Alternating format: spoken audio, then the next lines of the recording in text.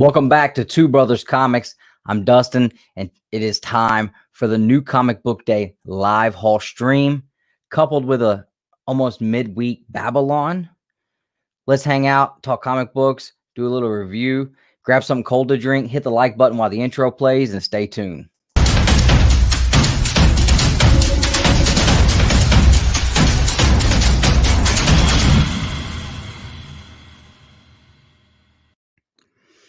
Now, I know what you're thinking.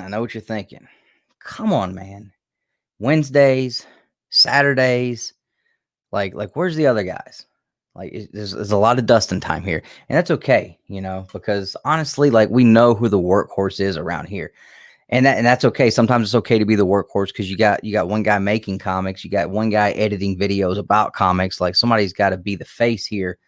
And let's be honest, like, anytime, like I'm the one that does the best shows anyway. I mean, when it's just me, the shows just seem to be better. We have more viewers, we have more thumbs up. I think we know what our viewers like. So I'm glad that you guys have showed up. Now, I know it is the night before Thanksgiving, so the 5,000-6,000 views we usually get live every week are probably going to dwindle down to like 150 to 200 live, and that's fine, because just like they say in wrestling, whether you're performing in front of 7 people in a gymnasium or 75,000 at Madison Square Garden, the performance is always the same, and that's what you're going to get here, guys. So let's get...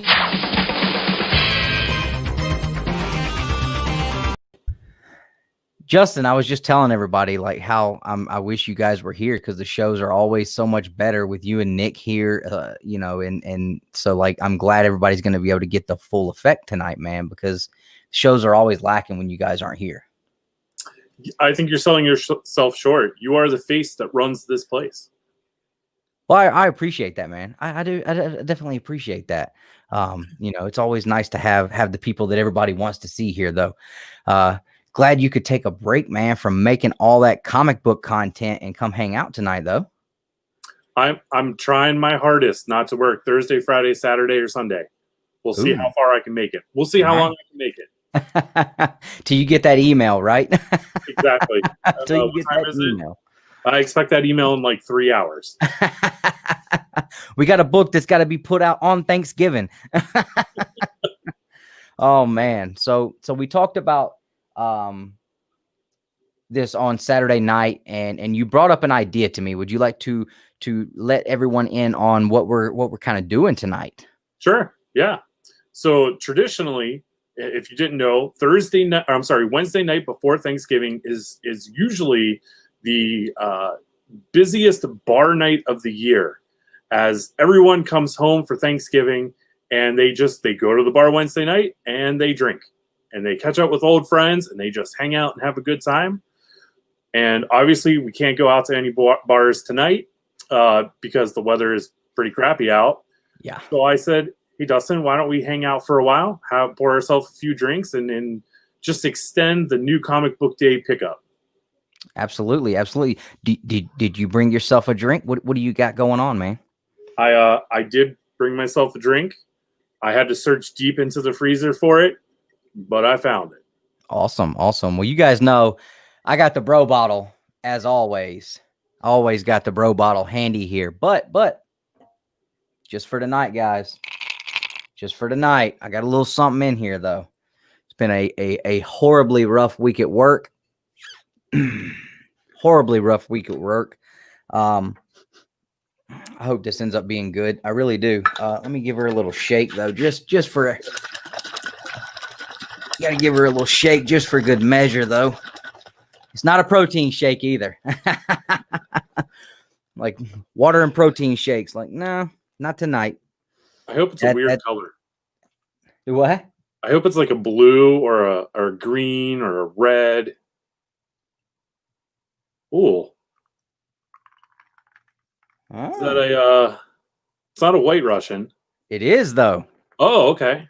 Yeah, so little quick story before we get to the chat and get into the comic book content.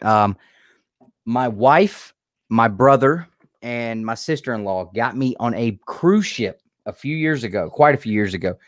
There's 2 things I've always said I'll never do: get on a big boat and go out in the ocean, and get on an airplane and go up in the air. they got me to get on a boat. Now, Nick, being big money bags, got the unlimited drinks cards. And of course, you know, at the time I was a little more of a drinker than I am now. Now I'm not a drinker at all. Nick wasn't that much of a drinker. And he's like, you're going to have to drink some of these drinks. Like, we're going to share these. I was like, dude, I don't even I drink beer. Like, it doesn't work on beer. It's only like liquor drinks, and as they say on Trailer Park Boys. And I was like, okay, well, tell him to make me something. He's like, all right, try this. And he hands me a White Russian. And it was so good. So literally from the time I woke up until I went to sleep, every day we were on that cruise, I was drinking White Russians at breakfast, at lunch, at dinner, at the comedy show. It didn't matter. I was drinking them. So I found Kalula has a pre-mixed bottle. Oh, yeah. A big old bottle of it. So we'll see how it tastes. Oh, yeah, I can dig that. We're going to have a party tonight, guys. We're going to have a party tonight because the bro bottle is slap full of this stuff. And the bro bottle keeps things cold for days. I have water sitting in here. My wife put in it on Monday when I was hanging out with Vincent McLean, and it was ice cold. I had my kid come grab it for me. I took a drink tonight, and it was still ice cold. So definitely good bottles there from Nick. So yeah, we're going to do a little drinking. We're going to do a little comic book talk. It's going to be a fun night. I'm excited. Let's hit the chat, see who we got hanging out. It looks like we've got some people hanging out. And after we hit the chat, guys, before we get into the comic book content, we do have another special surprise Justin's going to unleash on you guys. Give you guys an opportunity to see something really cool again, because we didn't meet the requirements last time. So let's see. We got Dan Eckery hanging out. What's going on, brother? He has gotten to where he is always in here, and we appreciate you for hanging out, man. First in here, too. First in here. Somebody slacking. Says that only new pickups this week. The Other History of DC Universe and the local comic shop day. Something's Killing the Children. Those are good ones to pick. Nick the Comic Nerd, what's going on, man? He got a big shout out this week with that last Ronin AOK. That was really, really awesome, man. Now I can't remember. I think he gave the book away to someone else, I believe. Austin LeMay, what's going on, brother? That is a member here at Two Brothers Comics. Thanks for hanging out. We got Cyborg Dad Mystery. What's going on, man? King Bean hanging out. Another member here at Two Brothers Comics, along with Flash by Night. And yes, please hit the thumbs up. And that's going to be, you're going to have to hit the thumbs up tonight, guys. You're going to have to do it. Showing off the haul. Oh, yeah. Every week, man. Every week. Let's see. We'll see. We'll see, man. We'll see. Where's the beans? What's up? Smash, smash, smash. That's right. That's right. AJ Styles. No, man, he's not the. No. We talking about me earlier. We was talking about me. We got Louie hanging out. Thanks for hanging out. My dude Perry.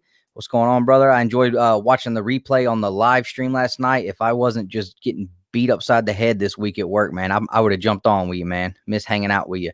John, what's going on, brother? Ooh.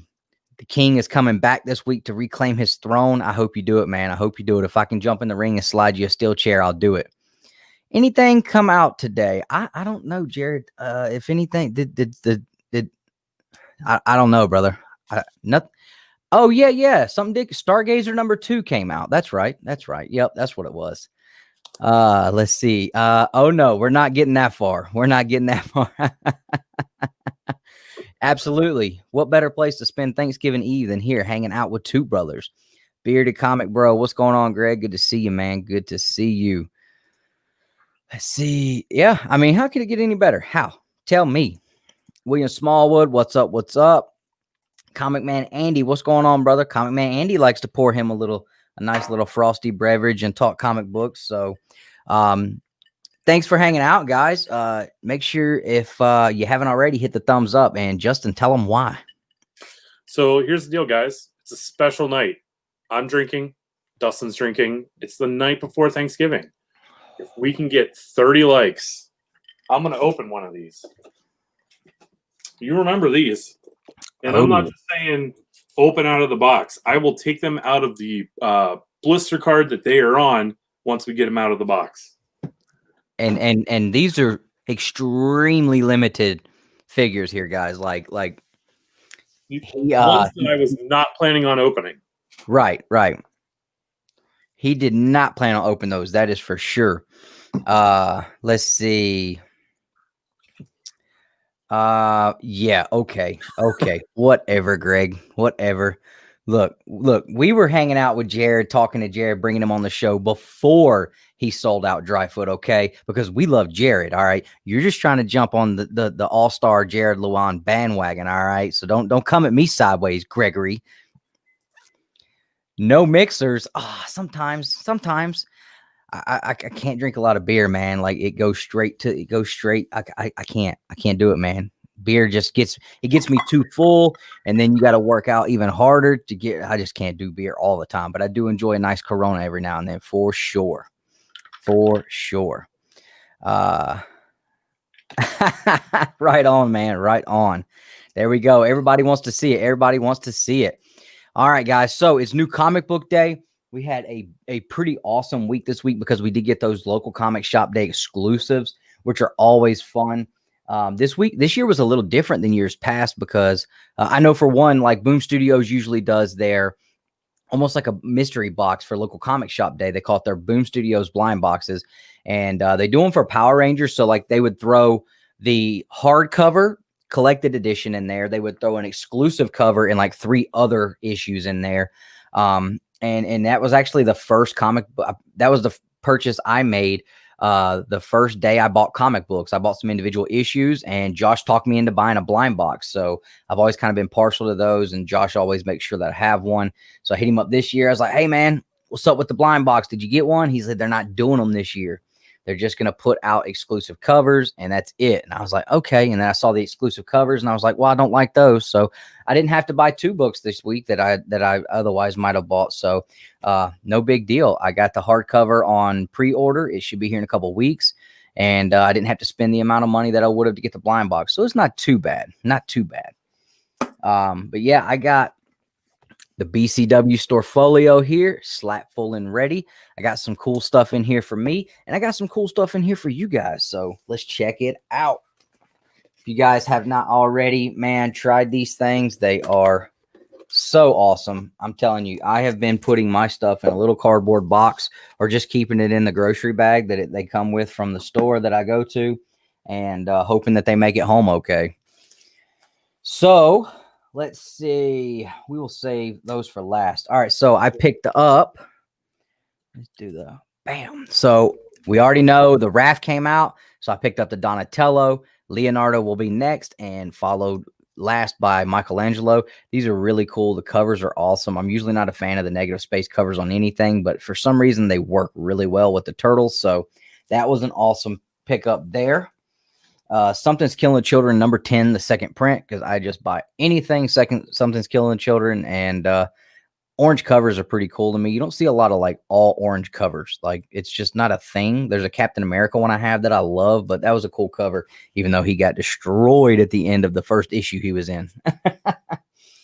Scumbag number 2, which was our top pick this week. This is the book I was looking forward to the most this week after reading issue 1, just because I'm so I'm still curious on so many things. I'm not sure how far I'll read this, but at this point, there's just so many questions in my head. The last one was just so outrageous. I had to pick it up. And then, of course, Old Faithful, Undiscovered Country. I'm still picking up both covers. I don't know why. I did mention to the shop today that I absolutely need to knock one of these off and get the A cover, because I haven't even been reading this. I'm just going to eventually I think I'm 3 issues behind on reading, and I guess I'm just going to go the whole route of just binge reading it at some point. Then we get to the local comic shop day exclusives, that Spawn 312. Excuse me. Now, if you noticed, they had a local comic shop day exclusive Spawn today, and then they had the regular cover. It looked exactly the same. However, the Spawn logo was a different color for the regular cover, and you did not have the exclusive mark down there. So make sure you picked up the right one. One is going to have the local comic shop day exclusive emblem, and it's going to have the yellow instead of, I believe, the green. I believe the A cover had a green Spawn, or it might have been red. Also, are the names on that one the names of shops? Yes, it absolutely is. And I actually see one on here right now, right off the bat, that I know, thanks to Randy Proctor, who does the Legal Burning, the guy who burns the comic books we talked to. We had him on the show. He's a good friend. And he uses Kingdom Comics, who we are following on Instagram, and they are right there on the cover. So that is super awesome. Glad to see shop I know. I will definitely have to. Oh, there's Dr. No's Comics right here in Marietta, Georgia. I shop there every now and then. So right on. Make sure if you guys pick this up, check and see, is your LCS on here? Good pickup on that, Justin, because I did not even think to check that, man. I wondered what that was, but that's pretty cool. Yeah, I think it's a nice tie-in since it's the local comic shop day cover. Absolutely. I wonder what you had to do to be on here. My guess is you probably had to be like a part of a certain there's a certain way to order books. A cult? Nah, maybe not a cult. Maybe not that far. Now, Infinite Realities, unless there's multiple, I know Infinite Realities Comics, there's one of those here in the Atlanta area. So this is really cool, man. I'm definitely going to look through here and see if there's any other shops that I go to that are in here. I got the Ice Cream Man, Green Eggs, and Ham, and you'll see here, local comic shop day exclusive. So I've picked up a couple of the other Dr. Seuss ones, so I figured I'd pick that one up. Again, I like the orange covers. So I got the Invincible, issue #1, the gold foil. My kid was not impressed with this. And then I got Something's Killing Children, the foil cover, issue #1. This is the only way that I'll get the cover A for issue #1. I thought I had the freaking thing, and then once it started going nuts, I'm like, I'm gonna send mine in to get graded. And I looked, and I somehow never picked up the A cover. I don't understand, but I got one for the Bro Box as well. And yes, Jared, I got my dry foot today, man. I didn't forget about you, but I did have to tease you a little bit. Absolutely had to pick up Dry Foot issue #3. This is a friend of the channel, Jared Lewan, wrote this story, and then it is a Birch book. It's a Birch book right there on the bottom. So two big friends of the channel, had to pick that one up for sure. And man, I got oh yes. Issue #7, the second print, featuring, now it looks like Krang. Not given the name Krang. This is like an alien race. There's multiple of these guys, but it's the same exact. This is where Krang comes from. I mean, so apparently, obviously Krang isn't actually named and put out as an individual villain until the Adventures issue #1. But I mean, what where it came from. So, but this is a very, very hard book to come by in really good grade. It was low print. You can find them on eBay, yes. But try finding one in a shop. Try finding one in the wild. It does not happen. And I picked this one up from Jeff Silversmith, and it is in absolutely fantastic shape. It is nice and clean and crispy. And one more to add to the list, man. I'm really, really beating down that Mirage Studios run. I'm one issue away from having all of the first 10, and it's not #1 I'm missing. I missed #5 because my #1 is on its way to Georgia right now. It's in a Dodge Ram 1500 Eco Diesel black truck, burning down the highway headed to Georgia with my TMNT 1 in it, and I can't wait. License plate number? Oh, I don't know his license plate number. All right. So yeah, I had a pretty good week. It didn't cost as much as I was thinking it was. I thought I was gonna have like a $65, $70 week. It was right under 50. So I was okay with that. So Justin, what'd you pick up today, man? It's the week of Thanksgiving. I expected it to be a light week. I was wrong. And after last week's, woo, I know you were hoping for a nice, easy week. All right, so starting off, we've got X-Men #15, which is part 20 of 22. I was going to say part 65 of X of Swords, yeah? Dr. Aphra #6. Shang-Chi #3. Maestro #4. We have Excalibur #15. Amazing Spider-Man 53.LR. Love those dot issues. Daredevil 24. X of Swords Destruction #1, part 22 of 22. This is it. Finally done. Now you can start reading it in 2 years. We have Fantastic Four Antithesis #4. And here we go with some of the indie stuff.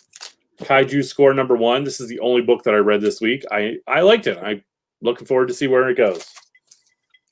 Bleed Them Dry #5. Has that been pretty good? Bleed Them Dry? Yes, I did the first 3, but I didn't do 4 and 5, so I actually have to go back and read 4 and 5 to know what's going on. So you worked on those. That's right. I worked on the first 3, yeah. I liked where it was going so far, and I enjoyed the art. Okay. We have Department of Truth #3. Did you see the variant for that? It looked really cool. I did not. Yeah, it looked really cool. Mega Man #4. Devil's Highway #5. I've only read the first 2 issues of this series, but the first 2 issues were pretty good. This might be my I want to get on. This is at the top of my list of favorite AWA titles. Yeah, I've been looking high and low for 1 and 2. Since 1 came out, I've been looking for it, and because I mean it sounds really good, so I'm gonna eventually read that. I may have to just give up and go to eBay. And here we go with the run of books that I've worked on. We've got Snake Eyes #3. Awesome cover too. Did you ever figure out who was writing that, or? I've already sealed it, or I'd open it up to look at. Okay. I know we were talking about that Saturday. We weren't sure if Rob was writing it and doing the illustrations or what. From Source Point Press, Cold Dead Hands #2. And we've got Stargazer #3 from Mad Cave Studios, as well as Dryfoot #3, also from Mad Cave. This issue right here will give you the feels. Okay. Both Birch books, right? Both Birch books. Yes, sir. Right on, right on. Oh, and real quick, we're at 21 likes, so we got 9 more to go. 9 more to go, and Justin's gonna take out the awesome Hulk, man. That real limited figure. You gonna take out the Mexican one, or? We're gonna leave that up to the chat. Oh, okay. Give them the option. There you go. All right, let's check the chat real quick. So we both had a pretty decent week of pickups for sure. Let's see. Vince, what's going on, man? Had a good time hanging out on his show this past week, doing a little turtle talk with Greg, the bearded comic bro. And we also had Jason, the Southern Comic Geek, hanging out as well. So that we had a great time. Always fun hanging out with those guys. Let's see. We got Steve hanging out. What's going on, brother? Appreciate you hanging out. He loves purple. Oh, you're talking about the Donatello book. Right. Yep, no doubt. Let's see. I'll make sure I haven't read anyone else. Oh, right on. Aggressively relaxing says his shop is on the Spawn local comic shop that we cover and meant to put happy face. Right on, dude. Right on. So what was on the other one? It was a list of all of the creators that had worked on it. Okay. Gotcha. Oh, you had to sell him your firstborn to get on the book. So he must have. So aggressively, you're not in Atlanta, are you? So you must. I don't know if he's in Atlanta or not, but if he's not, then maybe there is multiple of those Infinite Reality shops. I don't know. And then the chat just jumped. Whew. Hard it jumped. Warlord, what's going on? Appreciate hanging out. Uncle Rod, what is up? No, Nick is traveling right now, so he is traveling. Michael, what's going on? Thanks for hanging out. Thanks for dropping a comment. Appreciate it. Sea of Sorrows. I have not been able to read my Sea of Sorrows issue #1 yet, but I do have it, and that is also a Birch book, so I can't wait to get on it. I did ask Justin if he thought I would like it, and he said he thinks so. I know it's like an underwater kind of sea-bound horror style book. but the plunge was too, and I thought the plunge was pretty cool. I haven't finished the plunge, but I'm hoping this is kind of like that. It'd be pretty cool.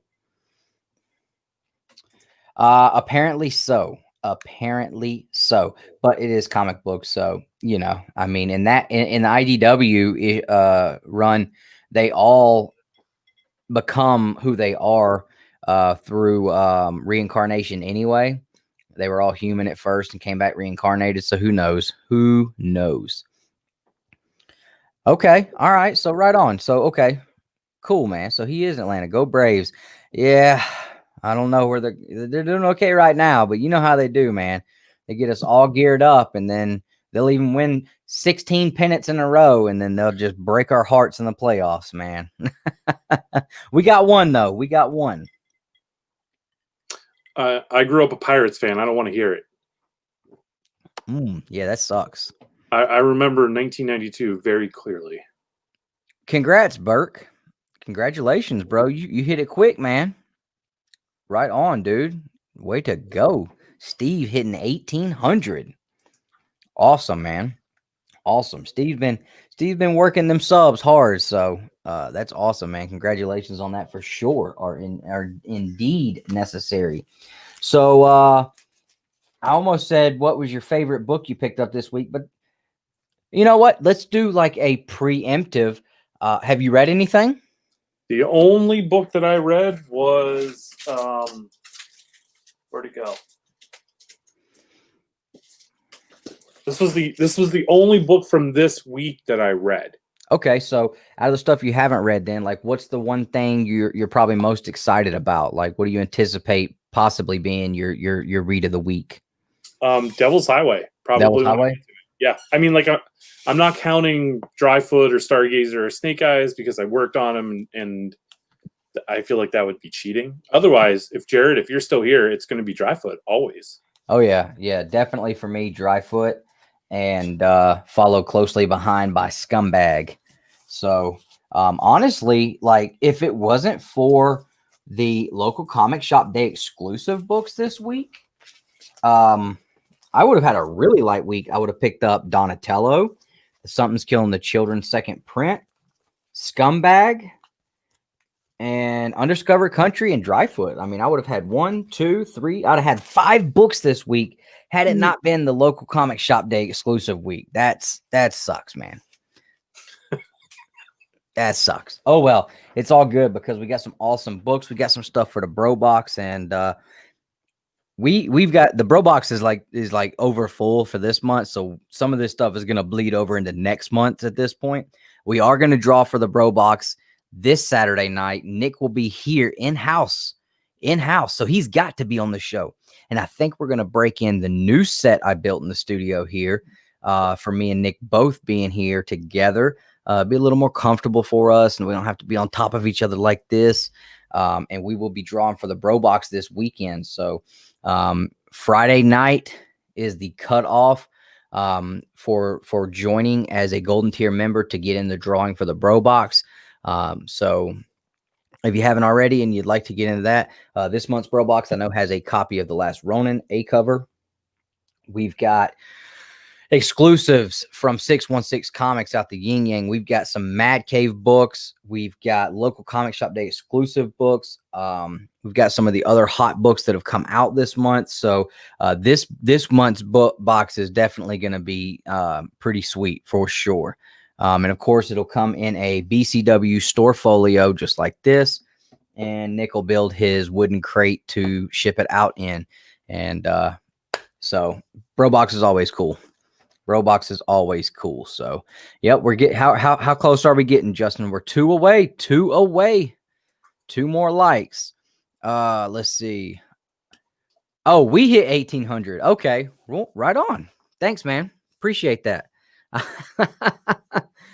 Did we? Right on. I didn't even look. The Killer Bees. Mountain Peak, what's up? What's going on? I root for 2 teams, Red Sox and anyone who beats the Yankees. Man, I was always a big Yankees guy growing up. I always liked the Yankees because it was like, you know, Yankees are America's team. Like, that's just how I've always felt about it, you know. Plus, growing up in the 90s and jumping in as a, becoming a teenager in the very early 2000s, Fred Durst wore a backwards Yankees cap all the time, and he was super cool to me. So I was like, I need me a Yankees cap. So I wore a backwards Yankees cap forever as a kid. So I'm a Yankees fan a little bit, man. Like Judge is a pretty bad dude. Can't hate on the captain. So, but I understand. If you're a Red Sox fan, like it's in your blood, you can't help it. Whack Comics, what's going on? Whack Comics was the winner of last month's Bro Box, being a Golden Age tier member. So I know he is looking forward to getting his Bro Box, but since he lives in another universe, it's going to take a minute to get to him, but he will be getting that box. So good to see you hanging out, man. I got your live stream you guys did in the watch later folder. I've been uncontrollably busy this week with work, so I have not been able to watch anything. But I will definitely be checking that out. Jay Salsa, what's going on? Thanks for hanging out. Thanks for jumping in the chat. Hope you guys, hope everybody was able to get out to the local comic shops today and support them, picking up favorite titles. Hope everybody was able to grab some of these exclusives. Super pumped about picking this up. That was just too awesome. I've got some really, really good Turtles books this week. I got to stop at some point, but I'm getting them at such great deals. Like I can't stop buying them when I'm getting them pre-blow up prices. You know what I'm saying? So I don't know what's going on with there you are. Sorry, I had to say goodnight to my daughter. Oh, no problem. No problem. I do the same thing. So big all news. Right. Big news. Uh-oh. We're at 30 likes. We're at 30 likes. So now we just stopped the show, right? Like we stopped the show. All right, guys. So I'm gonna let Justin get the screen real quick and let him talk to y'all real quick while I go turn my AC up because it is burning up in here. All right, guys. We hit 30 likes and we did it in almost 30 minutes. So that means we're gonna open one of these. Which one do we open? That's up to you. This is the Gray Hulk. I think it was a Mexico ComiKon exclusive. Or do we open this Green Hulk, which was, I'm sure it was an exclusive somewhere. I just don't remember. So you let me know which one I'm opening. I'll open it. We're going to do more than just take it out of the box. We're going to open it from the blister pack completely. So it will be, we're going to let it breathe 100%. So you, everyone out there, just let me know which one you would prefer to see me open. Keep in mind, both of those figures, I had no intentions of opening whatsoever. I was just going to keep them in the box. So let me know. I'm seeing two for green, one for gray. I got one for red. Looks like we got two for green, or three for green. Counting is not my friend right now. I should probably slow down a little bit, huh? All right, it looks like we're tied 3-3 on gray and green. Hulk should be a giveaway. Whoa, I don't know if I could do a giveaway. We could do a giveaway later, but it won't be a Hulk. It won't be a Hulk. All right, it looks like gray is starting to pull away. We'll give it a couple more seconds here. For those who are just now joining, which one would you like to see me open? We've got the Green Hulk or the Gray Hulk. We're going to open them from the box and the blister card that they're on. They're going to be 100% let them breathe. Yeah, I think it's safe to say that I think Gray Hulk is running away with it at this point. So unless something drastic happens, I think it's going to be this guy right here. Oh, I would absolutely trade the Gray Hulk for an X-Men number 8.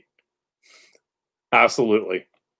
100%. I would trade it right now. I won't even, we'll just set it aside. That's not even going to be considered to be open. Uh-oh. Now it's time to man up. Hey, if you want to trade, you still got to let him open it, though, man, because come on now. You got to let him open it, though. Then at that point, it's like a game-worn jersey, man. You'll have a figure that was used on Two Brothers Comics, bro, and opened up and shown. That's like a game-worn jersey, man. Yeah, I think it's safe to say the Gray Hulk is running away with it at this point.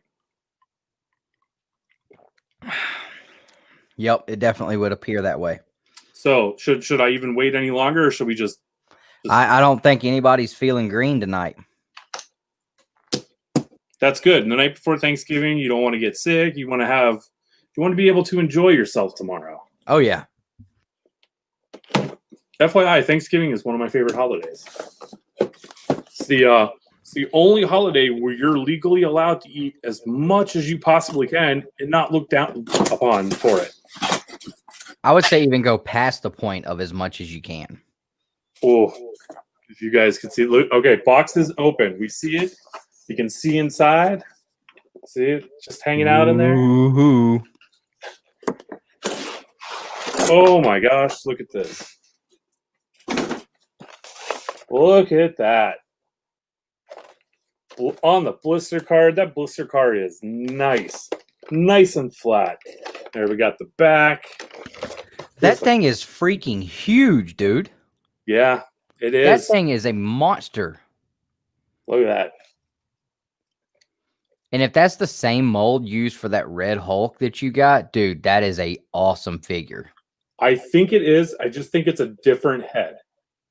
I think it's and of course, you know, they painted it different and put on the shirt and everything. But I mean, that figure is I mean, fantastic. It's got some serious weight to it. It doesn't feel like the other Marvel action figures to me. Like that one had a whole nother feel to it. Got to get a drink, guys. Make sure he's wanting to open it. Originally, he did not want to open this. Like he was okay with opening the green one at first, but now. All right, we gotta do this like a Band-Aid. It's got to be a Band-Aid. So Mark, I'm gonna open it, and then after I open it, I'm going to look up to see how much it's worth on eBay. You're gonna wait till afterwards. We're gonna do that after, not before. So we'll make you sick afterwards, huh? I don't think I can. I don't know if I can do this part on camera. We'll try though. All right, Steve. Have a good one, man. Hope you guys have a great Thanksgiving with your family, brother. Mark the Cuddy Start. What's going on, man? Kevin, what's going on, bro? Paulie C, what's going on?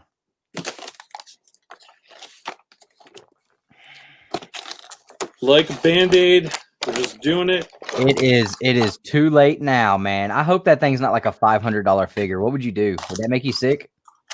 No, it wouldn't make me sick. Did it cost you a significantly less than 500? Oh yeah. I got it for whatever retail was on it.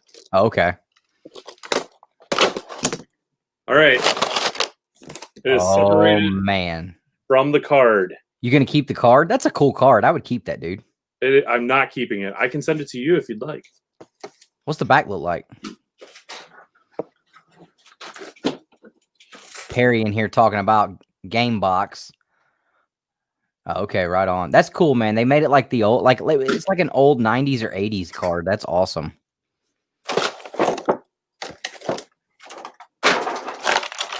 Oh, look at that. I didn't realize that. Comes with a little crushed pipe accessory. Oh, okay, cool. And here we go.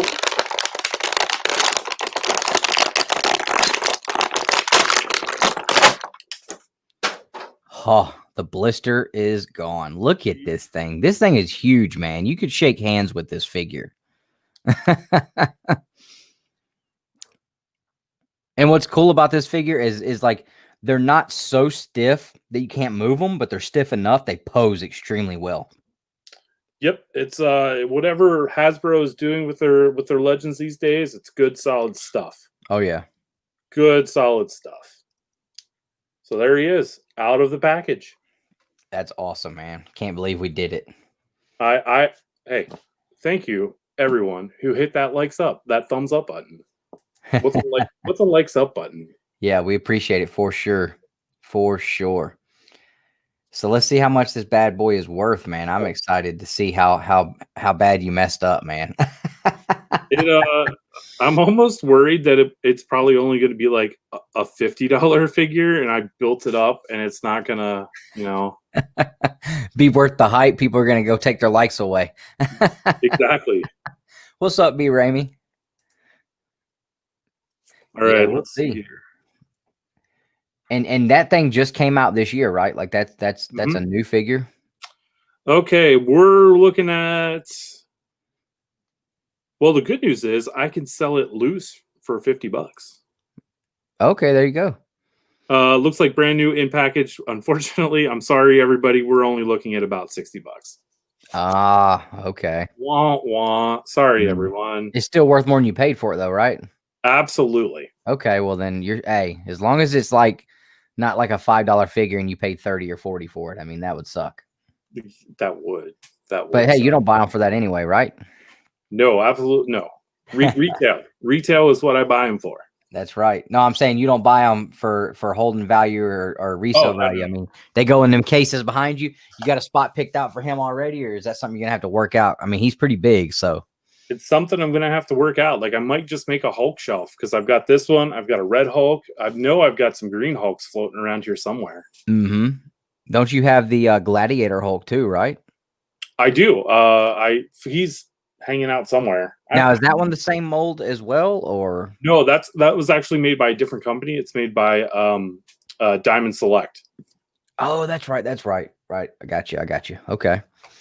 Well, right on, man. Way to go, opening her up. I love how Perry says, "I've got to watch him. I have to watch a movie tonight." That cracks me up, man. Like, geez, man, I gotta watch a movie tonight. That's the worst thing ever. I love it, man. I love it. Hey, you definitely gotta watch the Turbo Man Christmas movie, dude. Like Jingle All the Way I heard you talking about it. Like Edwin was 100% right. Like Jingle All the Way is absolutely my favorite Christmas movie since I was a kid. My wife bought me the DVD when it came out. When it swapped over to DVD, then when it swapped to Blu-ray a couple years ago, she bought it for me, and it's literally been in my Blu-ray player since last Christmas, I think.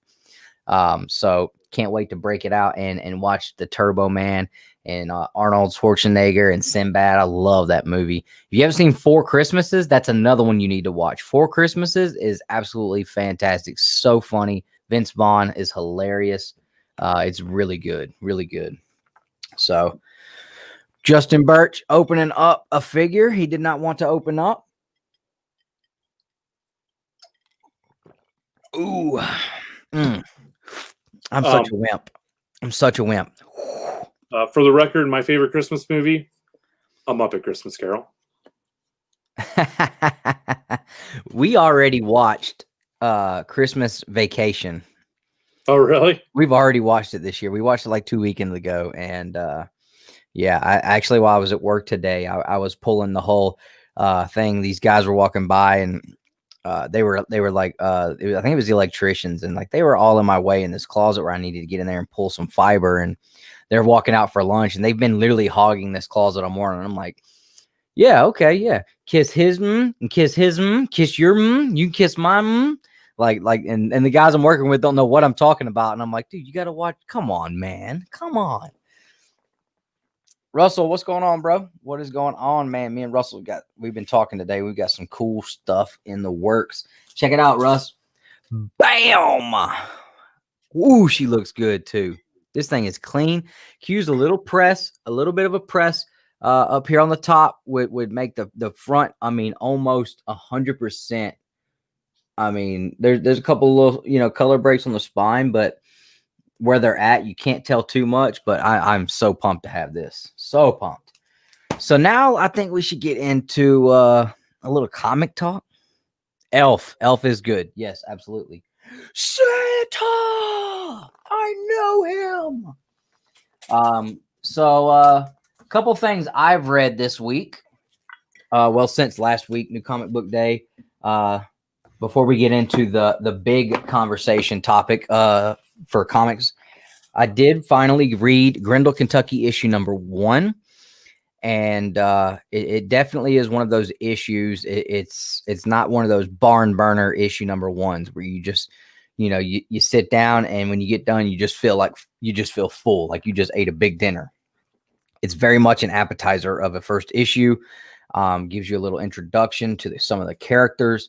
And I'm definitely looking forward to reading it, though. I've got issues 1, 2, and 3, so I'm hoping by the end of the week, because I don't go back to work till Monday. I'm hoping by the end of the week I'll be able to jump in here and read this, because I didn't pick up much today. So I'm hoping I'll be able to finish this series up and read it.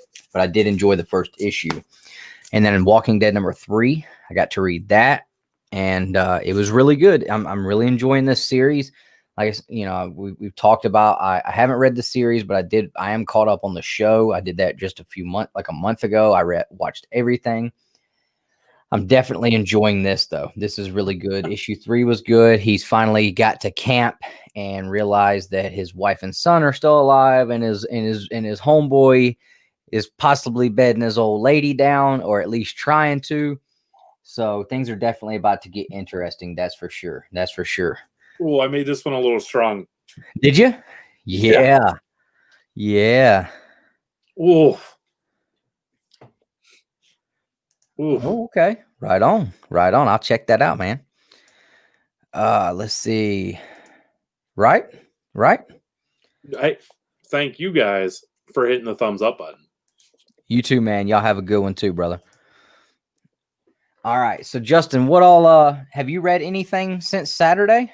I've only read 2 books. One was that Kaiju Score #1 from Aftershock Comics. I read a few mangas, but we won't get into that here.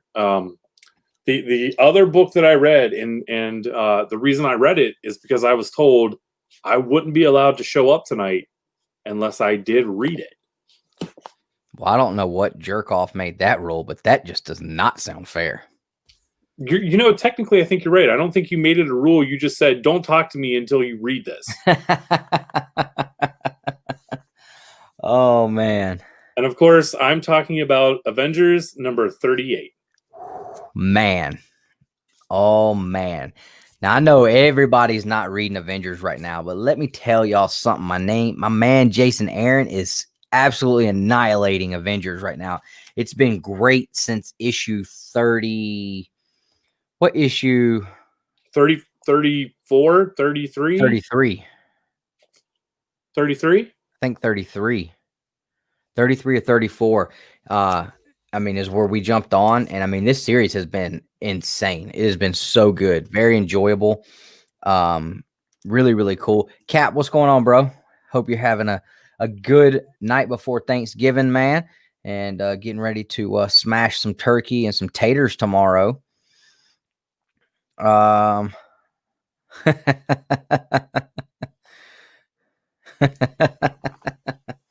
Yeah, so without getting too far into it, because we're going to talk about this at length, was I right? So that's what I wanted to ask you. I think I'm having the problem that Nick had. Okay. So you remember when you and I were both like, oh my gosh, this Yeah, let's just dive into it, man. Let's just dive into it. We don't have to beat around the bush. Do you remember when we were like, Nick, you need to read this issue of Something is Killing the Children? Oh my gosh, this issue. And like, I think we built it up and he read it and he was like, yeah, it was okay. Yeah. I think that may have happened to me on this one, like where everyone was just building it up and building it up. Okay. And like, I think I may have gotten too hyped for it. Okay. Like, I thought the twist at the end was a little cool. Like, but I don't know. Like, is that what you were? So what I was getting at was the fact that, like I said, to me, this seems so far from your typical Avengers storyline, like the stuff that took part. I mean, all right, we're gonna break this jugger down. I'm gonna bust it open. We're gonna break this jugger. So here, we finished up with Age of Khonshu, and we start off here at the crossroads. Okay. And we've got this guy. I can't remember his name, and it's Randolph? Not really who. Randolph? Yeah, Randolph? Yeah. So he's sitting here and he's starving, and he finds this deer, and his family is starving. They're out in the cold. You can see here in the first panel, he is definitely at the crossroads, and we know what happens at the crossroads. If you saw Ghost Rider, of course, in that movie, you know, he meets Mephisto at the crossroads. So at the crossroads is where you're going to find Mephisto. And Mephisto makes a deal with this guy. He says, you know, he sends up a prayer. I'll do anything for my family to survive this, to thrive afterwards, anything at all. And Mephisto comes back behind him and says, ah, okay, that's a deal. And from that point on, it gets dark because all of a sudden he rears back the curtain on the wagon, and you can see his wife and kids sitting there looking at him, and he's got a knife in his hand, and you can see he almost looks to the point of possessed. And well, you can only guess what happened here. I mean, come on, this is Avengers, man. Like Mephisto just had this guy murder his wife and son. Wow, we get into comic book content and folks just roll out, son, like ludicrous. And newborn baby. Right. That's right. Yeah. Newborn. Yeah. She does have a newborn baby in her hand. I mean, oh my gosh. And this is what I was saying. Like this to me, some of the stuff that happened in here, like, was way darker than even something's killing the children. Like, we did not see someone murder a child, a woman, and a newborn baby, especially the father and husband. Like, that just blew my mind that this is that this is Avengers. Like, and this may happen all the time. I don't know. This is the first time I've really jumped on Avengers. So, I mean, you tell me, like, is this something like I'm overreacting about? Is this happening like a lot, or? No, I don't think so. I mean, because even for Mephisto, this is deep wild right here. And you know, I think I was forgetting that aspect of it. Like, this is a very dark and heavy issue and scene and scenario for an Avengers book. Right. Like, the main Avengers book. Right. And that's what I was getting at, was like, it wasn't that this was just such a great, just awe-inspiring issue. It was the shock factor of, one, this is an Avengers book that I'm reading. Two, what happens, like even the fact, just what makes it so shocking, because there's things that happen in here, like, yeah, and something's killing children. The worst thing we've seen is the little girl getting torn apart. Oof. And that was rough. That was rough. But I mean, like we're talking opening panels of this book, and already a newborn, a mother, and a son have been murdered by the father and husband with a knife in the middle of a blizzard. Not only did he murder them, it's hinted that he ate them. It is. It is. I mean, like, what?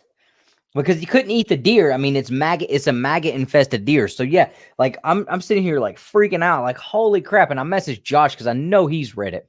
And I'm like, yo, can you believe what is going on here? Like, I had to double check and make sure I picked up just Avengers and not some crazy new, like, Dark World Avengers or something. Like this ain't even Savage Avengers. This is just the Avengers. And then, of course, you know, it was cool. We get the back and forth between Black Panther and Moon Knight, because Black Panther is the leader of the Avengers right now, which I think is pretty cool because it does change things up. I mean, yes, Cap's been the leader for a long time. Thor was the leader at one point. And you got to shake things up to keep it interesting. I think Black Panther's a great pick for a leader of the team. And I think for the last story arc, I mean, he was phenomenal throughout the way that they wrote T'Challa in that last story arc. I mean, he was literally the last peg to break, and he refused. And that was what kept Khonshu a little bit at bay. Can I add something to that? Yeah, absolutely. So the cool I feel like thing I talk too much anyway.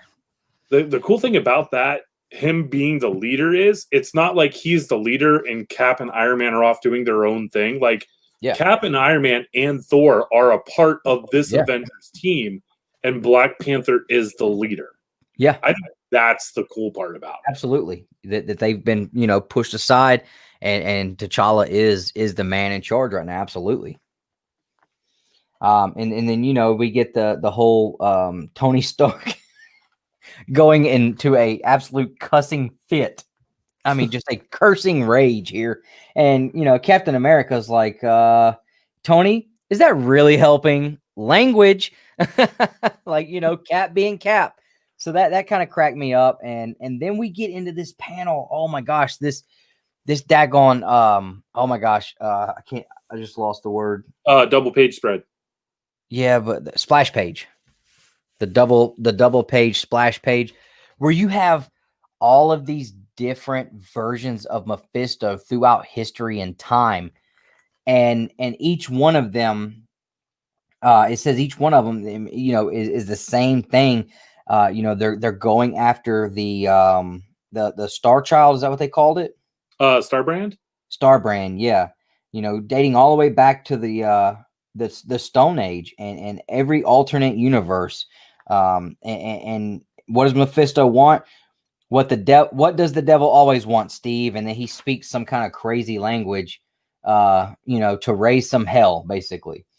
And then we go further into time. The book, goes into time further and further, a little bit at a time. And you see Mephisto show up here to a descendant of Randolph. William Randolph, is that what it was? That his name, William? Oh, I don't. Maybe I'm just thinking of William Randolph Hearst. Winthrop. Winthrop, thank you. Yeah. So this is the widow of Winthrop, and basically he comes and tells her, like, hey, your family has been thriving for generations, just like he promised in the first page. And he's like, but you know what? I'm here to collect the debt, because no debt goes unpaid. This doesn't get to happen for free. And what happens? He says, whatever, and never did the Winthrops hunger, never were they cold. For year after year they thrived, and all it cost them were a few fingers and infants. And he's sitting here with a handful of fingers and blood, like now they're having to sacrifice babies, cut children's fingers off just so he can take them home with him, put them in his pocket, whatever he's gonna do. Maybe he's gonna fill them up with that fluoride stuff, put them in a glass jar, hang on. I don't know, but I mean, I'm just like, holy crap! Like, more children being murdered in an Avengers book. We're chopping children's fingers off now. I mean, it's just insane. I mean, like, up to this point, like, dude, how are you not like this? I don't know why I'm getting way more excited than maybe I should be about this, but no. Like, the more you talk about it and the more I think about things, the more I should be excited about it, because as I read it, I mean, like, I'm used to reading like a bunch of indie stuff, AWA and Mad Cave and Aftershock and Scout. I lost the perspective that this was a Marvel title, and we don't normally get this dark or mature right for a Marvel title. Yeah, I mean, like, this is still crazy for like even DC Black Label. Yeah, I think if I had kept this in mind while I was reading it, I think I would have been having the reaction that both you and Josh had while you were reading it. Yeah. Yeah, it's I mean, I'm just like, Jesus, man. Jesus. It was blowing me away. And then I love the fact that Blade is a part of the Avengers. Like, that adds a whole new cool factor to it. And then the dialogue between him and Thor, they're just sitting here looking at the Phoenix, and he's like, yeah, I know what's going on here. Okay. It's nesting. That's what's going on. It's nesting. So I just need to know one thing. Why haven't we killed it yet? And can we just say that Blade gave the greatest line in this entire issue? Oh yeah, absolutely. You want to hit it? Where he calls Thor Viking Jesus. Yeah. Oh my gosh, where was that? Because I knew exactly what you were about to hit on.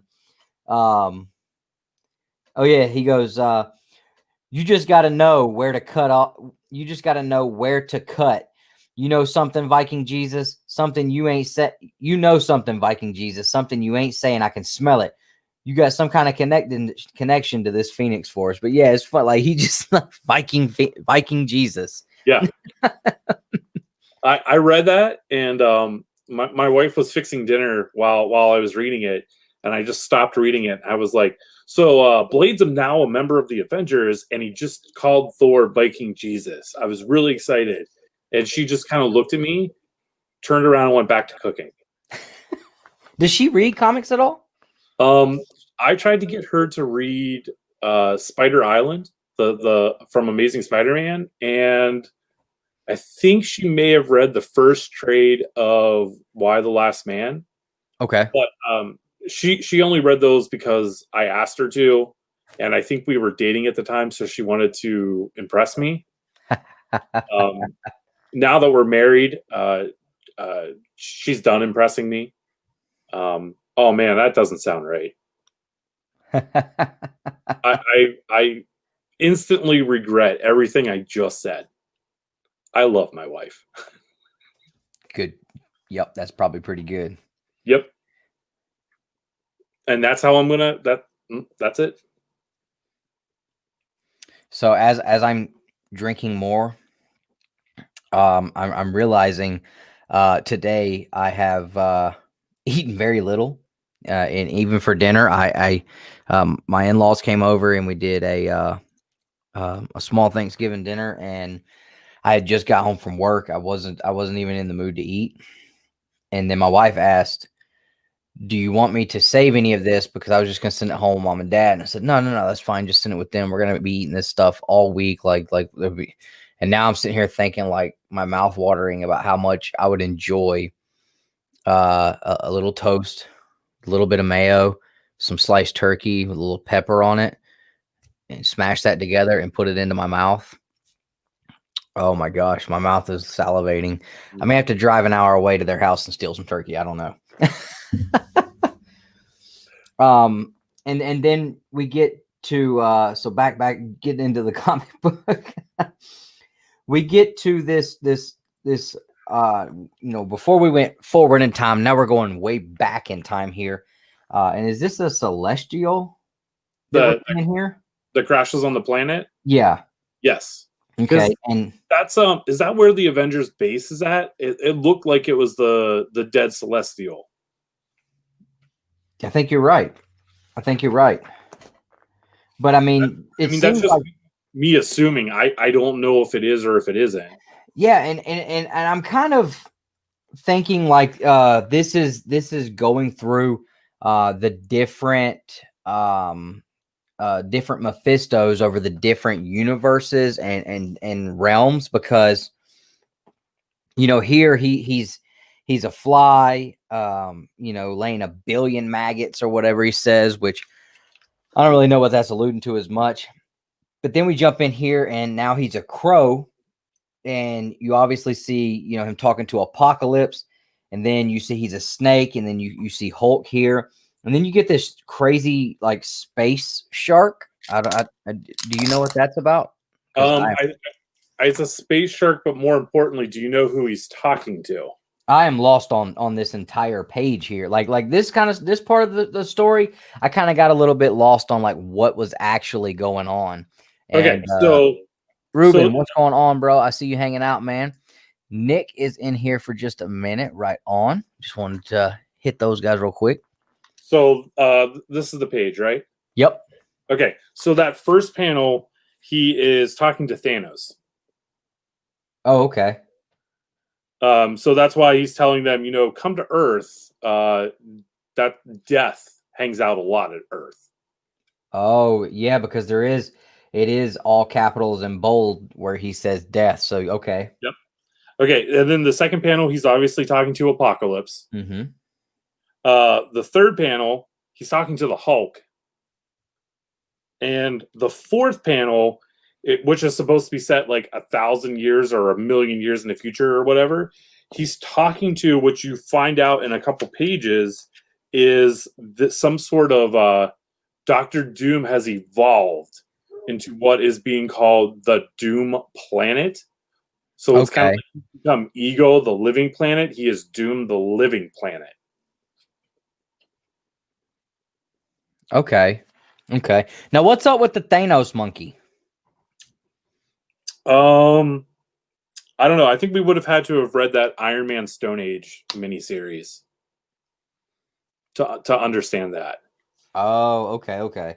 See, I was like, what is going on here? Like, this is obviously looks like a Thanos monkey, and he says you may call him Thanos, but like, what is the deal there?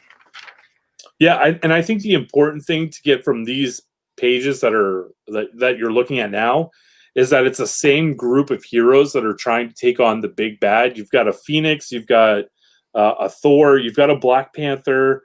It looks like you have a Sorcerer Supreme, and I think you have a version Ghost Rider? What's that? Is that some sort of Ghost Rider? Oh, like, yeah, that is a Ghost Rider. I thought it was an Iron Fist. Nope, Iron Fist is in the background. You can barely see her. Right there. That character there, that female character is supposed to be an Iron Fist. Yep.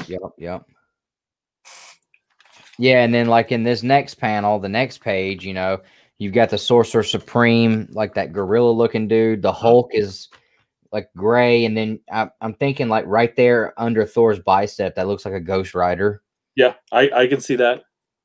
And obviously that's like some sort of apocalypse-like being. So no, that is Apocalypse. Okay, I'm digging the hair. Yeah, like the ponytail thing. I've never noticed that before.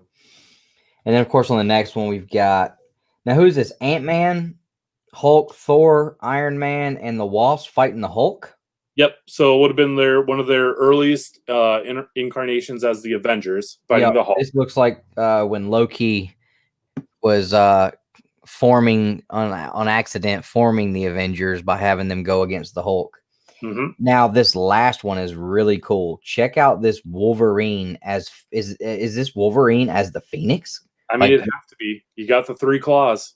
And that was kind of being alluded to in the end of the Age of Khonshu that Wolverine was going to be taking on the Phoenix. I'm surprised we haven't gotten anything. I wouldn't think they would have just done that and then never revisited that. Like there's got to be something come to fruition with that last panel of that page. Yeah, there's seeds being planted, I would think. Yeah. I mean, not only that, but if you look at it, this female version of Thor is carrying Stormbreaker and not Mjolnir. And then it looks like whoever is riding the shark, it looks like Storm, but I'm just saying that because of the mohawk. She's carrying it does look exactly like the Storm. That axe, I'm gonna mispronounce it. It's like Yolborn or Yol whatever. It's a thorax. Okay. Not thorax, but a Thor axe. And then and then who is the other chick there? That I don't know. Like maybe she's a Sorcerer Supreme. Okay. Well, she's scandally looking. You know, they definitely drew her to look like a bowl of cold oatmeal.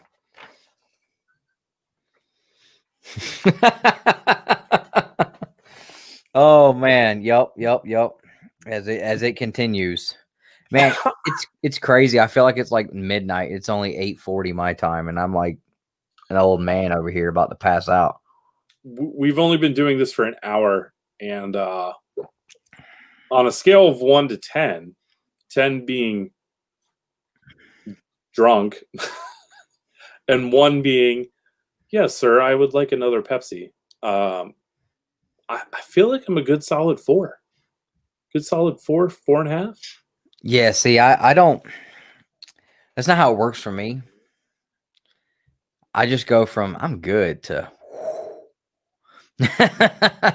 it just sneaks up on me and just hits me. Now, the next part, the last part of this is something that I was a little more again I was a little more on the confused side a little bit about what's going on with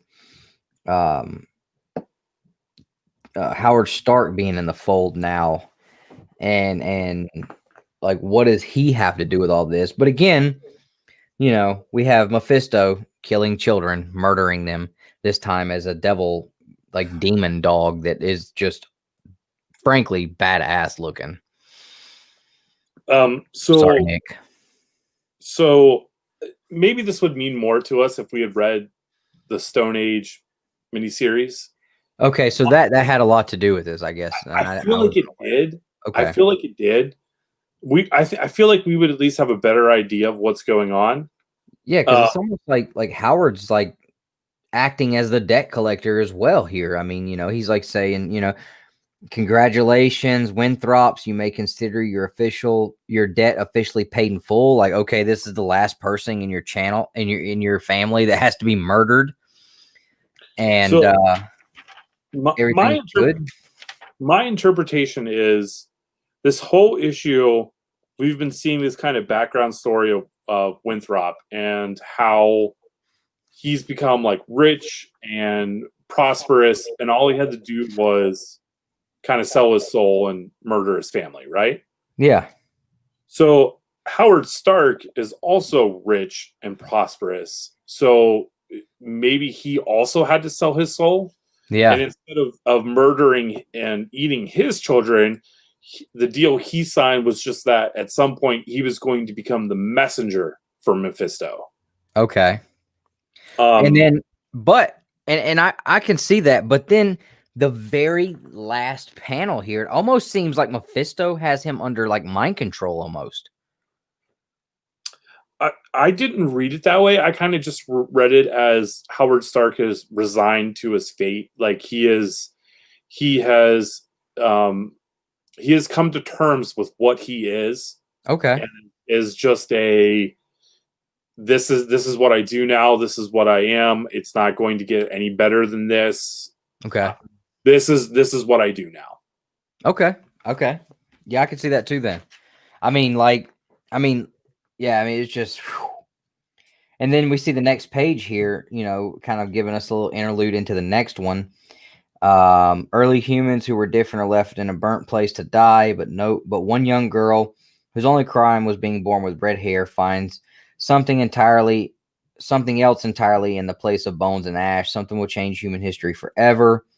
And we see like these two almost demon dog looking things like Mephisto was about to attack this red-haired chick.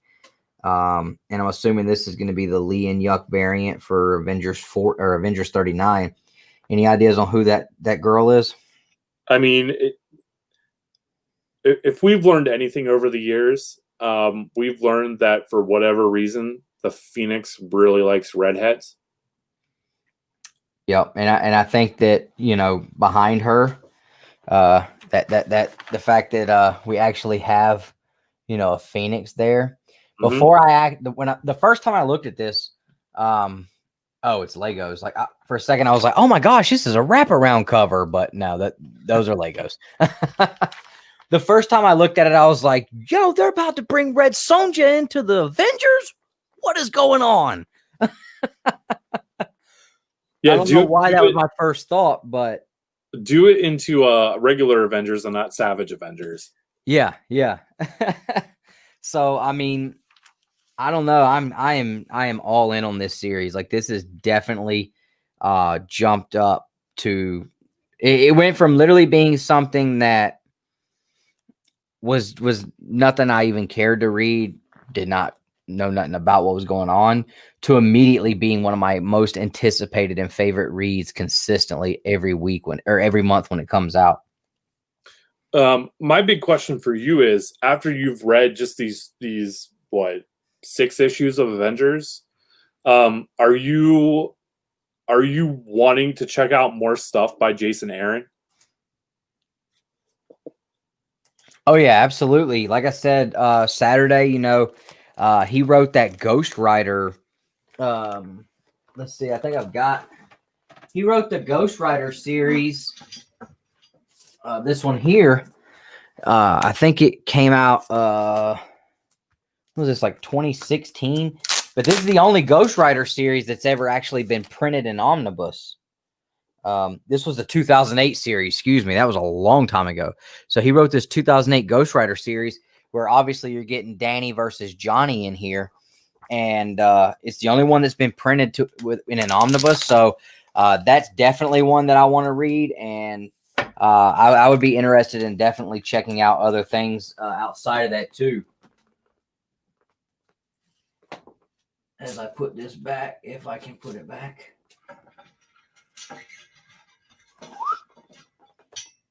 Like, I almost feel like we should do a modern day Legends Two Brothers Comics t-shirt, and Jason Aaron should be on that Joker because he is killing it. I know Nick's loving all the Jeff John stuff right now over in DC. I've been really digging this Jason Aaron run on this and wanting to check out some more of the other stuff. Of course, I want to look at that Ed Brubaker Avengers run too, or Captain America run, excuse me. Thank you so much.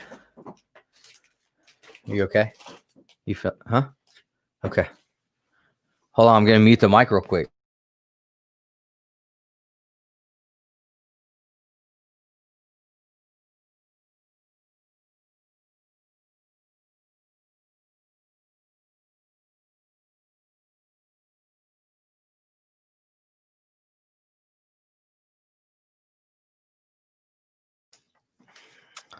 I don't know where Justin went. Sorry. He might have been going to grab a book. Oh, there he is. Sorry, I had one too many adult beverages to drink.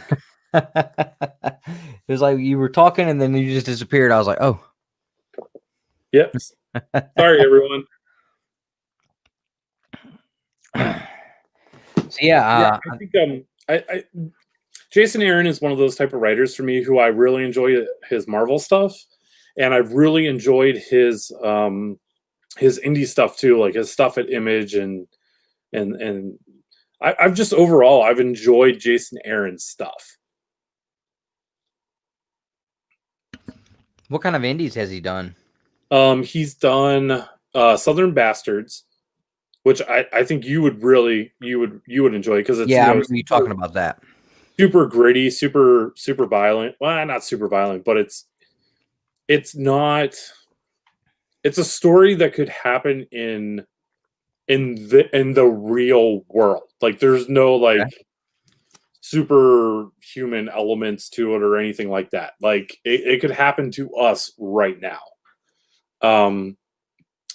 The other stuff I'm thinking of off the top of my head, I think is this he did when he was at Vertigo. So I'm gonna have to look up his credits to see what else he did off the top of my head. I know he's got a book out right now with Image called Sea of Stars. So if you're into like sci-fi space stuff, that's one to pick up. Okay. I definitely want to get that Southern Bastards too. That's something I've heard a lot of good things about.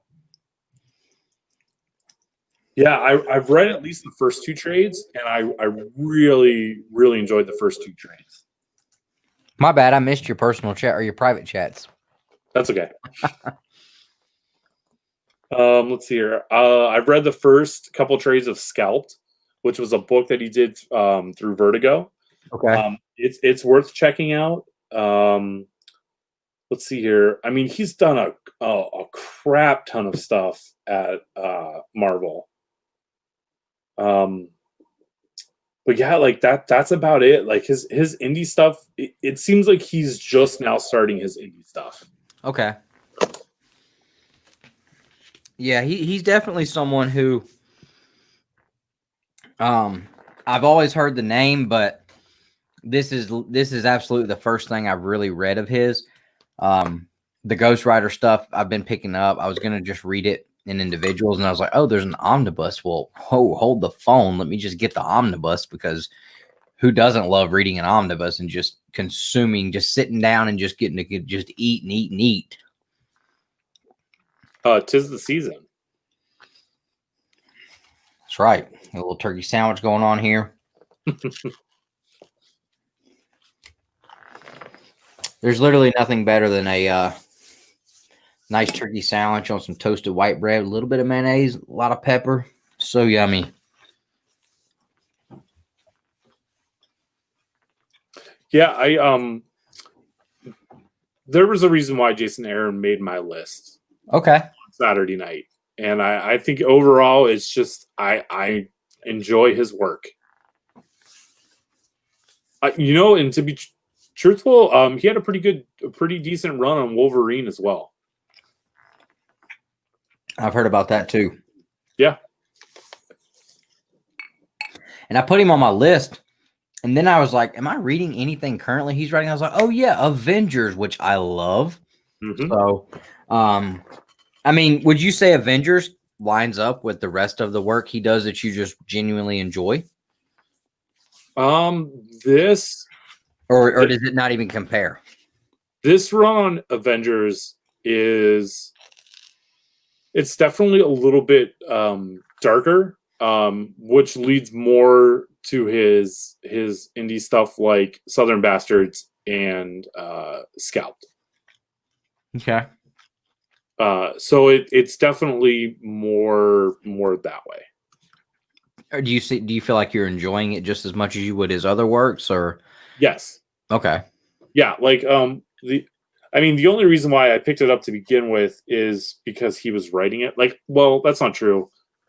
I would have picked up the main Avengers title regardless of who was writing it. The fact that Jason Aaron is the one who's the writer is the reason I'm reading it. Gotcha. Now, has he been writing this from the beginning? I think so. At least this volume, I think he's been the writer since volume 1, or from issue 1. Okay. And then is this Garth McGinnis also on it? Or? Ed McGuinness. Ed McGuinness. Okay, yeah. Well, crap. I wonder how good the rest of it's been so far. Then. Yeah, I couldn't tell you that because once I saw all the hype that the Age of Khonshu was getting, that's when I was like, all right, I'll start reading. Just jump right to there. Yep. Yeah, that's exactly what I did. That's what we did too. I mean, if it hadn't been for Josh telling us like, hey, y'all might want to check this out because it's awesome and it's crazy. We ain't seen nothing like this before. And Ghost Knight. Oh, Ghost Knight. Moon Knight running around stealing all the Avengers' powers, like, and we don't even know why. Just those panels where he's just taking the Iron Fist, he's taking the Hell Car. I mean, like, holy crap, dude! The Hell Charger. Mm-hmm. Yeah, that was wild. Yeah, and I was seeing all the hype that everyone was saying about it. Just not you and Nick, but I was getting that from everywhere. Everyone was saying like this was the Moon Knight story that they had been waiting years for. That's what got me to jump in and finally actually start reading it. Yeah, I know, right? Is my chewing been unbearably loud? I tried to back the mic up, turn the gain down. Sorry. It is Thanksgiving Eve. You've just had your first leftover turkey sandwich. I think all rules are off, right? Yeah, it's not like I'm opening up a bag of Cool Ranch Doritos over here and just. Okay, that one was a little loud, just a little bit loud. By the way, guys, did you see the Hulk that I opened? Look at that. He is there. He is gray. He is ready to smash. Also, I'm officially out. I don't know how I feel about this. Because it's empty.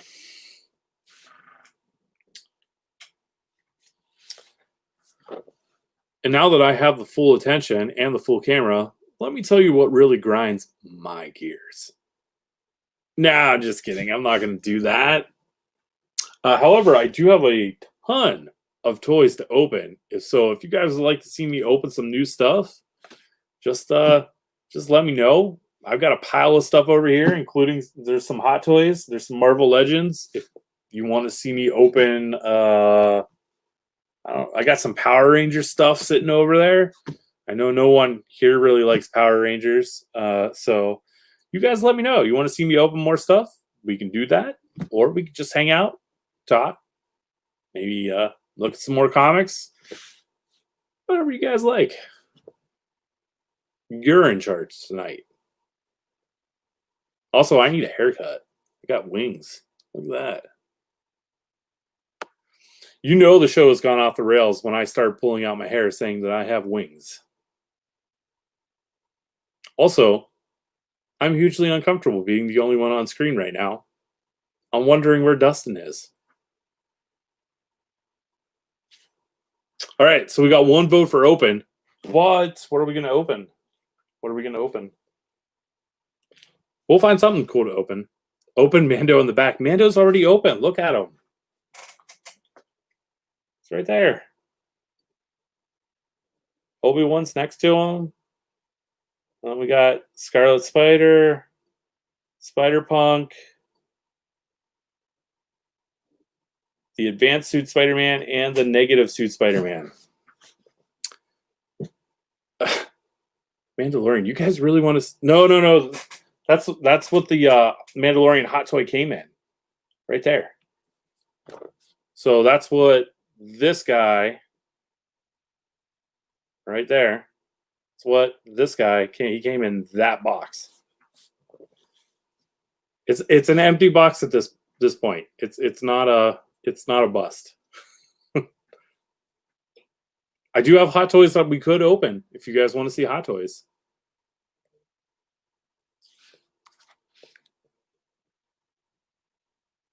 Oh my gosh. I'm going to let you guys in on a little secret, because that's what I do for you. So the worst case scenario has happened. Dustin has made me full screen and the sole content provider of this section of the show, and then his mouse died. So you're stuck with me and this face until he is able to find some batteries. I'm not going to open all of my Star Wars Black. That is actually being saved for a trade-in for this weekend so that I can buy some more hot toys.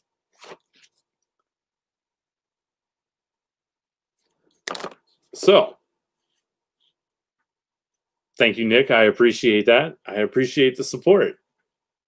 So, do you guys want to see me open some Marvel Legends or some Power Rangers, or are we just going to skip all of that, the appetizer stuff, as Dustin would say, and jump straight to the main course, which are, I've got 2 hot toys sitting over here, or we can open this guy too. We still have this guy that we could open. So you just let me know what you want to see opened, and we're going to open it. And for the 12 of you who are still watching, I appreciate it. Thanks for sticking around. Who knows? Maybe I'll feel generous in a little bit. Maybe I'll make myself another drink, and I'll give away a book of some kind. I just got a crap ton of comps from Mad Cave. They sent me 11 pounds worth of books. 11 pounds worth of books. There's a ton of stuff there. If Mad Cave's not your jam, got some vault stuff laying around too. So you guys tell me, what do you want to see? Austin is saying jump straight to the main course. He's saying, no, I don't want the spinach dip. Just give me that steak. Also a little behind the scenes, so you guys know, I have no control of the chat, so I can't highlight anything that you guys are saying. I can only respond to it verbally. Also, I realize that I've been talking to myself for a very long time now, and I myself am annoyed of my voice.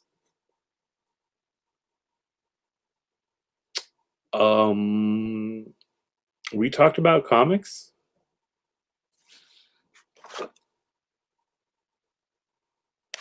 So, what do you guys think? Should we just go straight to opening something? Is that what you guys like to see? This is the point where I take a drink, but I'm empty, and I can't go pour myself another drink while I'm the only one here. That's a great point, Polly. It is my stream. I'm in charge. We can do whatever I want. Whatever I want. So let's talk about the Mandalorian theories. Ooh, am I looking forward to Friday's episode?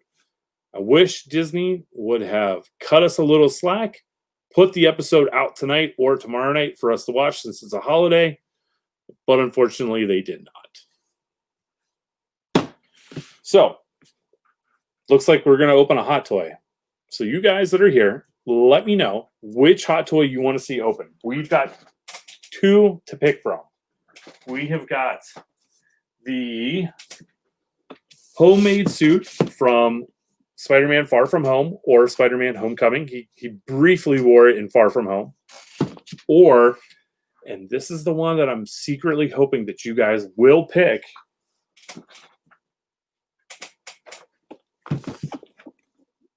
Spider-Man 2099. I mean, I'll do whatever you vote for, but I don't think there's really any contest between the two.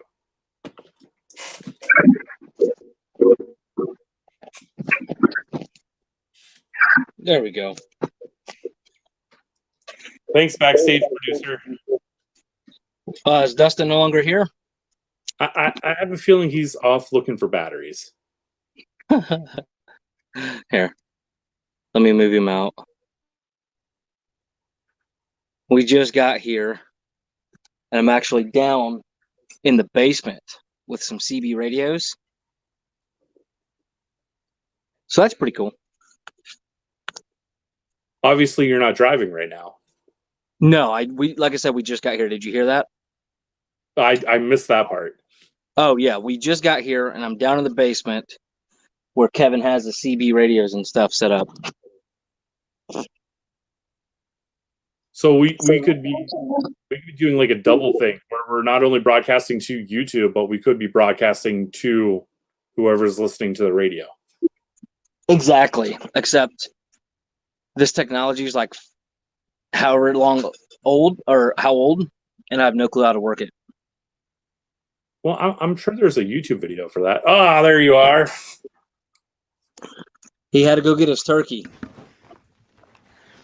No, I was running around the house with a bag of Doritos in my hand. Listen, the important thing to remember is anything can happen on Thanksgiving Eve. Anything.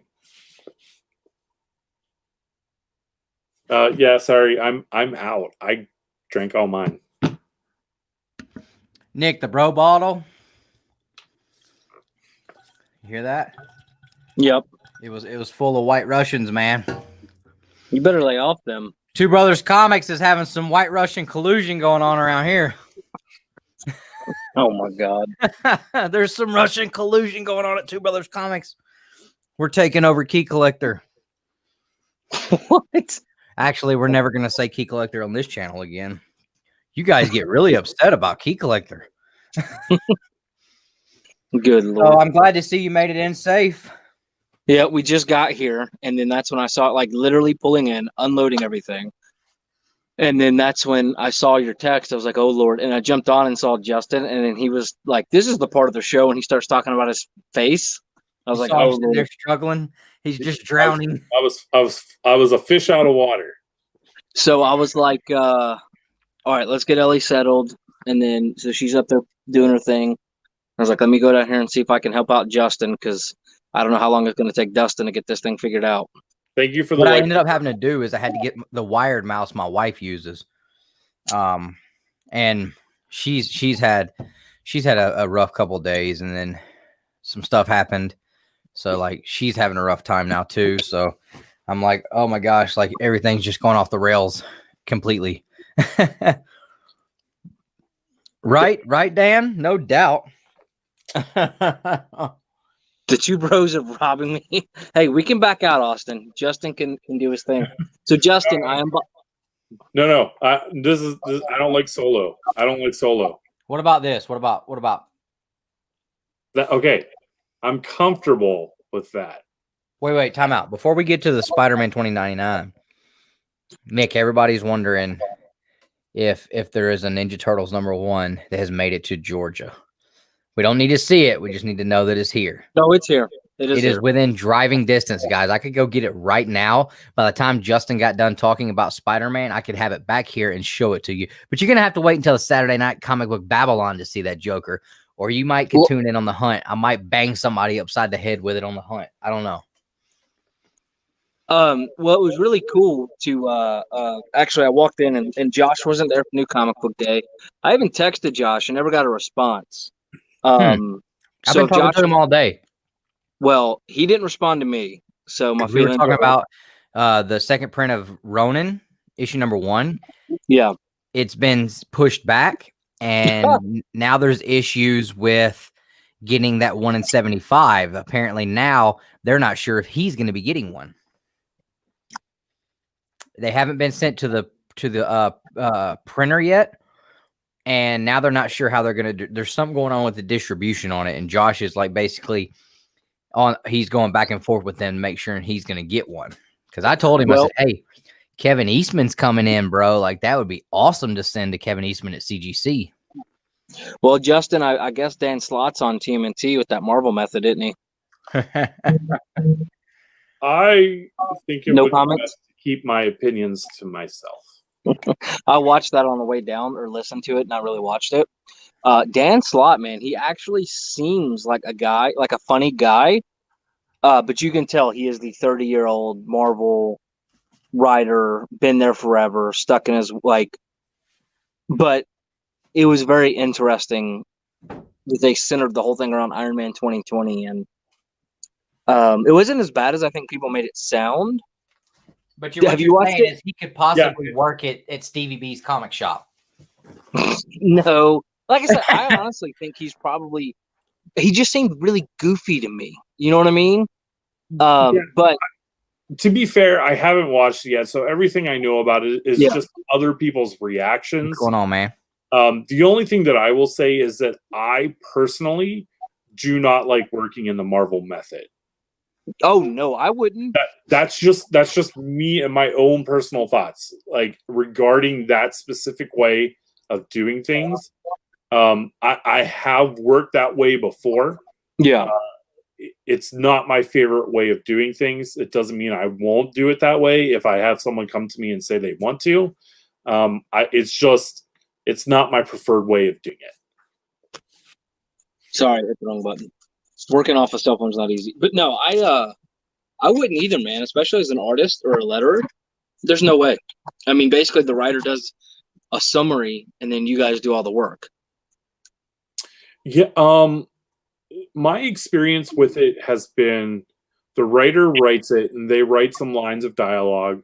The artist will do their thing, and then it's up to the letterer to kind of pace things out to determine like where things are going to go on the page. And I don't like that personally, because the way I might read things or the way that I might lay things out might not be the way that the writer originally intended or envisioned. Yeah. Like for me, myself, my own personal preference is to draw things out. So I might space things out on a page over a number of panels that they may be intended all to be in one or two. Yeah. Well, and they mentioned a little bit about something like that. Dan Slott did call letterers the unsung heroes of comic books. He said that very clearly. Good for him. Said that the letterer that works specifically on his books and a lot with him is the best in the game. Joe Manga. I believe that's who it was. Yeah, I've met and I've talked to Joe a number of times. He is probably the nicest. Yeah, I know this term is overused, but he's probably the nicest guy in comics. Well, I mean, he seemed very, very kind during the interview process. He was very complimentary. You could tell he wasn't he wasn't as funny about things as the other guys were, like making it a big hoorah and a joke. But again, I don't think the whole thing was as severe as people kind of backlashed and made it to be. And what else was there I was going to tell you? Oh, now you could definitely tell that like this stuff kind of feels like it stresses him out. He's like, we could need to get a book to a printer at 6:30, and at 6:15 they're sending me editor's notes because I don't get a book until 2 days before, a day before. He goes, I'm constantly sending text emails to try to get some scripts. Now, maybe that part is, see, I could go back and forth on that. Like, I've been in that circumstance where the book is due at the printer this week and I don't get everything till Tuesday. Yeah. And then so I'm getting notes on Wednesday and Thursday, right? So I'm not saying that that's not, I'm saying that that is definitely probable. Yeah. And I could see how it seems like Joe does work on a lot of slot books. I could see how that would stress him out every time. Yeah, and that's basically what he said, is every single time with Dan, that's how it is. So, but like I said, I mean, all in all, it was not as bad as what I felt people thought. Honestly, I felt like Dan, and I've never seen anything else with Dan. I don't know anything else about the guy, but I genuinely just like, I would sit and listen to the guy talk because he just seems goofy to me. You know what I mean? And like, I'm sure he's probably has like some issues, and I don't know, but like, I didn't find him offensive really during the video, I guess, as maybe other people did. From what I know from Dan's Slot's personality while he's on camera, is that he's just always this kind of like happy, jovial, type guy. I don't want to say like he's aloof, but he definitely close. That's almost a good descriptive of it. But yeah, that's exactly, you're hitting pretty close to what I would describe it as. Yeah, and I think it's one of those things where I think people are just like, oh, that's just Dan being Dan. Yeah, and I guess if you've been somewhere for 30 years, they're like, okay, do we just keep him happy, keep him employed, or do we let him go, make him unhappy and he goes to DC and, whatever, right? I think that because he's kind of like one of the last guys, right? One of the last, 30 something years. So yeah, I mean, who else currently at Marvel who is a writer has been there that long? Yeah. Right? Yep. I can't think of anyone off the top of my head. No. And I know they pay some people to stay, like not to go write other places. Yeah, like an exclusive contract. Like Claremont. But, he really hasn't done anything. But Dan Slott's been consistent over the last 30 years. Yeah. Claremont's crazy old kook. He was fun to listen to at the Expo. That dude's crazy. He's funny, though. He was telling all these awesome stories, and I was recording. And he specifically pointed at me and goes, "Are you recording these? Because I'm under contract and I can get in trouble for this stuff." And I go, "No," as I'm deleting stuff. But no, like I said, Dan, I don't know if the backlash was warranted, unless it came from other creators that have worked with him and things like that know much more than I do. But from a viewer standpoint, I really didn't think it was as big of a deal as maybe people made it out to be. Other than the fact that, he is doing stuff the way things were done 30 years ago. And, it is what it is. I wonder if they were doing Marvel Method in the 90s. That's what he said like 30 years ago. That's how he started. That's how he learned. And the editor said that he is the only guy really left doing it. The chief, I forget his name. Tom Brevoort. No, last night. It wasn't Brevoort. No, he's the VP. This was a guy probably just below him. Who's the other editors there? Was it an editor? Yeah, it was. Yeah, and he was a bigger guy. He was kind of funny too. I don't remember his name, but it wasn't Tom though. From MySpace. Oh my God, Dustin. Hey, I just polished off my last White Russian. I'm not pouring another one. Thank God. I can't do it, man. But yeah, watch it, dude. It was only like 60 minutes, and there were a bunch of them on there. I enjoyed that one. They did the Marvel Legends one I watched or listened to on the way. Where is it available at? Yeah, Disney Plus. I'm gonna watch the Marvel Legends. Mine just got canceled. It was really good, Justin. I think you would really enjoy it. How do you? The thing I enjoy about the Hasbro team that does the Marvel Legends is they seem like they were fans, or they are fans, and it seems like they generally care about the product that they're putting out. Yeah, absolutely. But it was cool to listen to the person who came up with the name Marvel Legends. And, it started all the way back in Toy Biz, and they talked a lot about that stuff. So it was like, I literally could have sat and watched 3-4 more hours of this. Yeah. JB, what's going on, brother? What's up, Disco? Hope you guys are getting ready to mash up some turkey tomorrow, man. Hope you're going to be enjoying the day and enjoying the weekend with your family, brother. So we definitely want to wish you a happy Thanksgiving to your family, sir. So I was gonna watch that stuff, and then my wife asked me yesterday. She said, "Oh my gosh, Look, I mean, Justin, do I you look own like a cone? I mean, like it looks like Count Dracula ate some Count Chocula and then lost the Count Hairbrushula. Well, you know, I got exposed to COVID, so I had to miss my haircut. Yeah. So you know how my credit card or my debit card gets hacked like at least 2 or 3 times a year. Well, it happened again recently, so had to order a new one, and I forgot to update all of the reoccurring payments that were attached to that, and Disney Plus was one. You miss one payment with Disney Plus, and they cancel you immediately. They are not playing with you. Well, that's everywhere. The House of Mouse doesn't mess around. So I don't know if I'm going to start back up a Disney Plus account or not. I guess I will, but I don't know if I know Netflix is going up. I told them they could kiss you know what, and I'm letting that one go. They're not gonna they're not gonna start putting the crap they're putting on there and then charge me more money for it. No. They had one of their largest cancellations last month. Like but that's not something we should get into. But yeah, Disney Plus is definitely worth it, especially with a lot of the original content. And The Mandalorian alone is worth my $6.99 a month. Well, you know, I've watched the first season of The Mandalorian a while back. I did not finish it though. I think I stopped watching before the finale. So, and keep in mind, it's a Western, right? It's a space. Oh, Western. And that's what I liked about it. Like that's because when you told me that, like that's the only thing that really pulled me in is like it has this old Western style to it, and you even told me because I think you actually played me the theme song and was like, "Tell me what you think this makes you think of." And like this theme song sounds like, all right, like John Wayne's about to pop up, and you know we're gonna see some John Wayne going on here or something. Yep. No, it's an awesome show. I did get my hot toy in, Justin. I unboxed it. I opened it. I recorded a video. I got to edit it. But I'll be honest with you, Justin. Did I overhype it? No, you didn't overhype it. I think hot toys as a whole may not be something for me. Okay.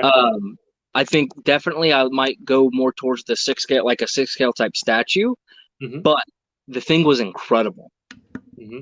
I mean, everything about it. That took a lot for Nick to tell you that because he told me he didn't want to say that because he didn't want you to like be hurt at him. But he just said it was incredible. How could I be upset? It was definitely incredible. The detail was there. I think it was the mixed media that kind of got me. Like, I love the weathering in all of the like the armor and everything. Right, that was awesome. What bothered me, and not so much bothered me, but like it was the clothing. It was like this faux weathering, and it was perfectly clean. And I know there's only so much you can do in factory. So to be honest with you, I might actually do like Adam Savage did and go in and paint some of the clothes and weather it a little bit. But I mean, it presents and it looks good. But I think instead of doing the best car one, I may try to go with and pre-order the statue with the child. Okay. You know what I mean? And I think Justin's like, I will never open another hot toy on this channel for you again. Spider-Man 2099, staying in the box. No, and like I said, it's just more so. Collect your way. Yeah, and there's nothing wrong with that. I think it was weird because, not weird, but I think it was, you know, the Marvel Legends and all other stuff. It's just like plastic. It's one thing.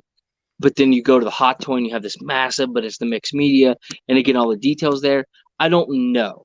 For me, I'm thinking, okay, if I spent just a little bit more, you know, I could get the statue.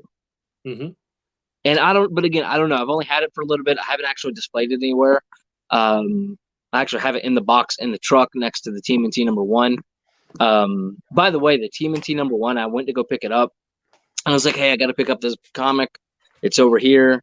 I said, it's an expensive comic, so if you don't feel comfortable letting me have it without Josh being here, that's fine. He goes, no, you guys are the video guys, so you're good. I was like, oh, well, that is, I appreciate that. I just thought that was funny. But yeah, Justin, so that was my experience with the hot toy. But man, it does look good. What do you think about the helmet? Do you think it's a little too dark gray and should be a little more chrome, or what do you think? I first off, I understand what you're saying by the mixed media. Can I stop you real quick? He called us the video guys. We are two brothers freaking comics out here. Oh my god! All right. Anyways, Too many White Russians. He didn't think I could do that from a cell phone, but I can do that from a cell phone. Look, we got some respect on our name now. Oh my God. No, he was super kind about it. He was, yeah, no. You leave him alone. And you better tell him thank you. Who was it? I don't remember the guy's name, but it's Haven Comics and we love them. But because if it wasn't for him, I was gonna leave it there without Josh there. I didn't want Josh to be like, "Yo, you just went and got a, really expensive comic," and I wasn't there. You, Josh has been telling me to come get it.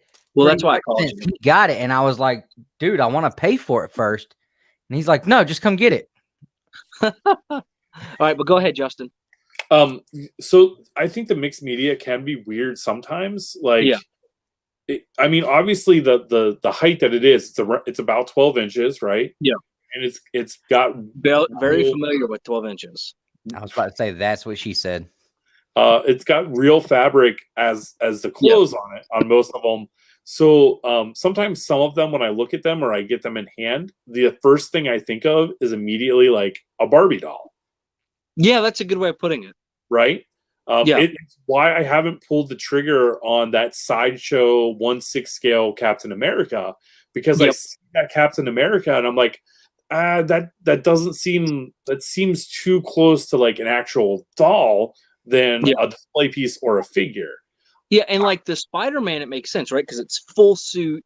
Yeah. Like it's in that, like I think that probably would present better than the armor with the mixed media. Like that was a good way of putting it. It was almost like the 12-inch cheap $10 figures at Walmart or something, but then like the clothes on it. Yeah. And you know what I mean? Like in hand. But if you look at it in detail, I mean, you can load the armor from his body into the gun. You can holster it.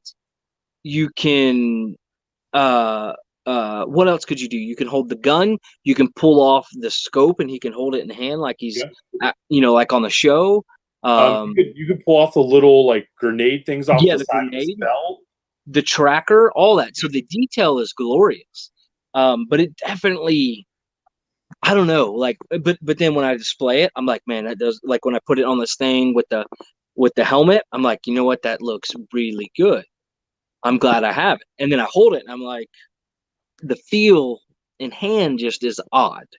Yeah. So for me, there's a very fine line between high scale up-end action figure and a doll, right? Yeah. And that, like I said, that's a very thin, very fine line. Yeah. For me personally, I don't get the doll feeling from this figure. Yeah. Like I do from that 6 scale Captain America. And I'm using that as an example. Well, and I've never had any other in hand, right? So I may have, you've had a couple, so you're like, okay, this is where that line is for me. For me, this is the only one I've ever had. And the most expensive thing next to that in an action figure would be that Thanos figure I got from Bandai, I think is what it was.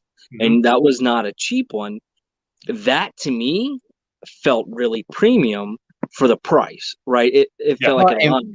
And I'd like to throw in like these NECA figures, man. These NECA turtles, like you've put hands on the quarter scale Raphael back here. Like that thing's legit heavy, and the texture, the feel, the different dynamics on it all around, the paint job, the different shades of green, the scarring they put on there, the texture of the turtle skin. Like that is some serious work went into it.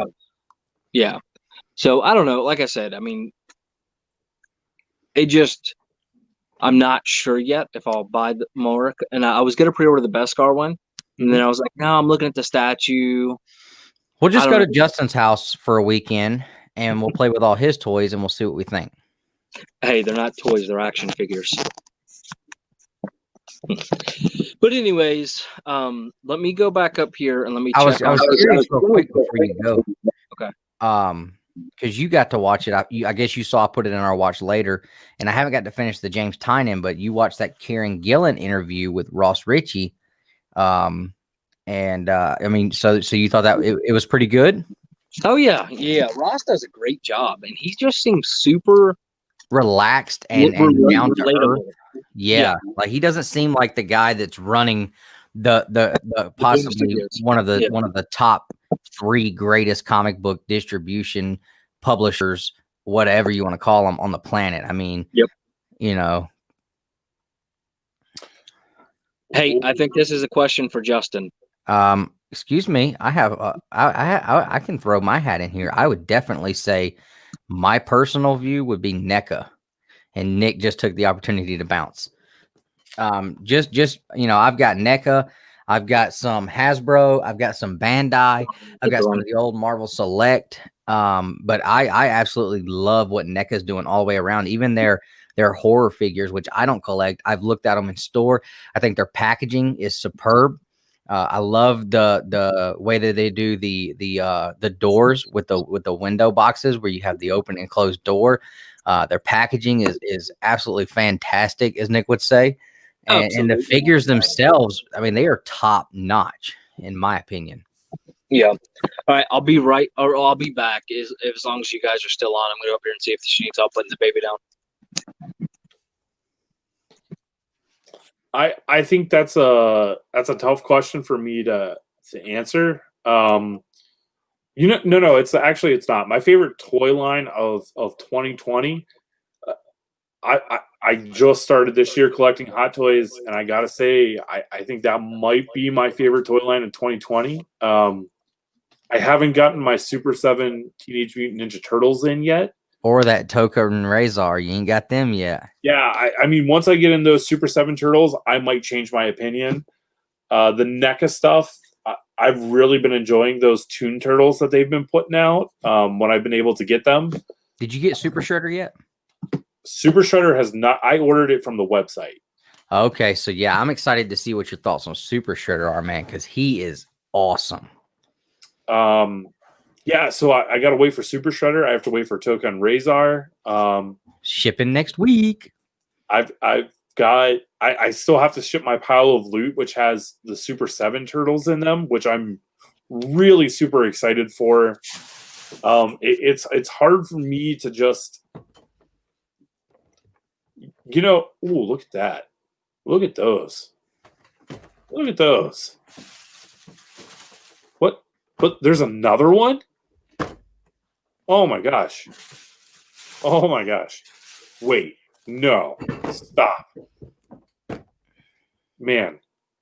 If only we knew someone who was army building those type of things. Because it ain't me. I'm not collecting the tunes. So Target went live with the latest 2-pack today. Oh yeah. I was driving from one comic shop to the other to pick up some more stuff, and I got the notification from Twitter. Someone sent me a DM and was like, "Hey man, it's live." I had to pull over to order those just to make sure I could get it. Who was it? Who was it that DM'd me? Just another turtle collector. Who's the new? Oh crap! Who was it? It was like I'm gonna mispronounce their names, so I want to make sure that I pull it up. Is it more from the Triceraton army, right? No, the one you just showed me. No, the new ones. Yeah. It's Captain Zerax and Zork. Yeah. Okay.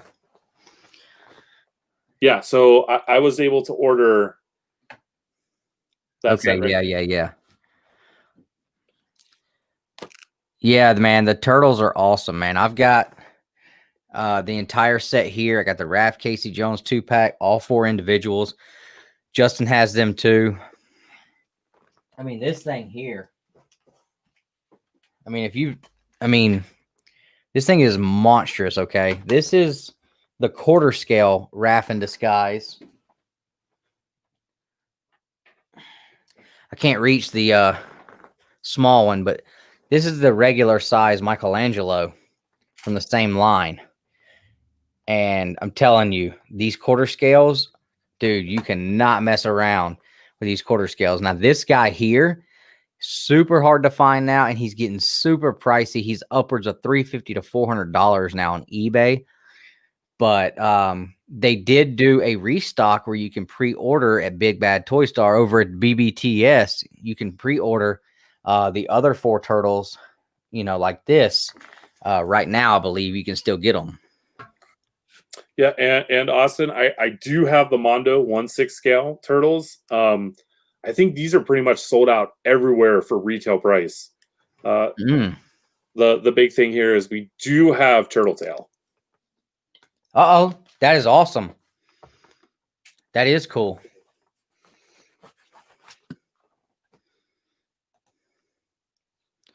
I do have the Kickstarter all-in pledge, so I have the Turtles board game and all of the expansion sets. It's sitting in a very large box over here. It's what the Mando Hot Toy box is sitting on. There is a oh man, you really want me to pull all of that out right now? All of it? I mean, the man asked. This is the Wednesday night midweek pre-Thanksgiving Day Babble-on deal. So give the fans what they want. That's all I'm saying.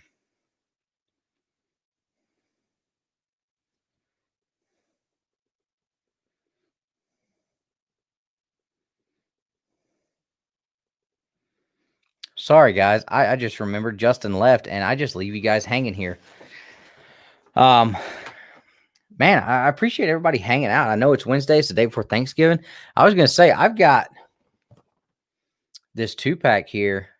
If anybody's looking for this and wants to purchase, let me know. Hit me up on Instagram in the DMs, because I'm definitely trying to I thought I was going to get into the Sonic ones, but I'm not. So let me know if anybody's looking for this and would like to grab that from me. Let me know.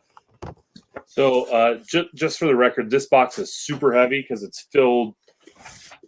This is all Turtles board game stuff. Just right here. Oh. So this, I think this is the main set. Right here. Super thick. And then just from here, it's just expansion after expansion. So we've got that one.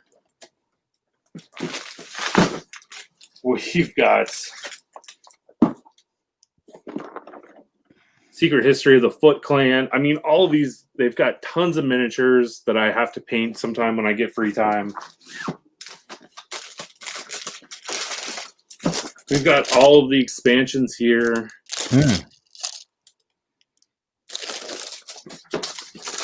It's just this box is massive. I need to find someone to play with me.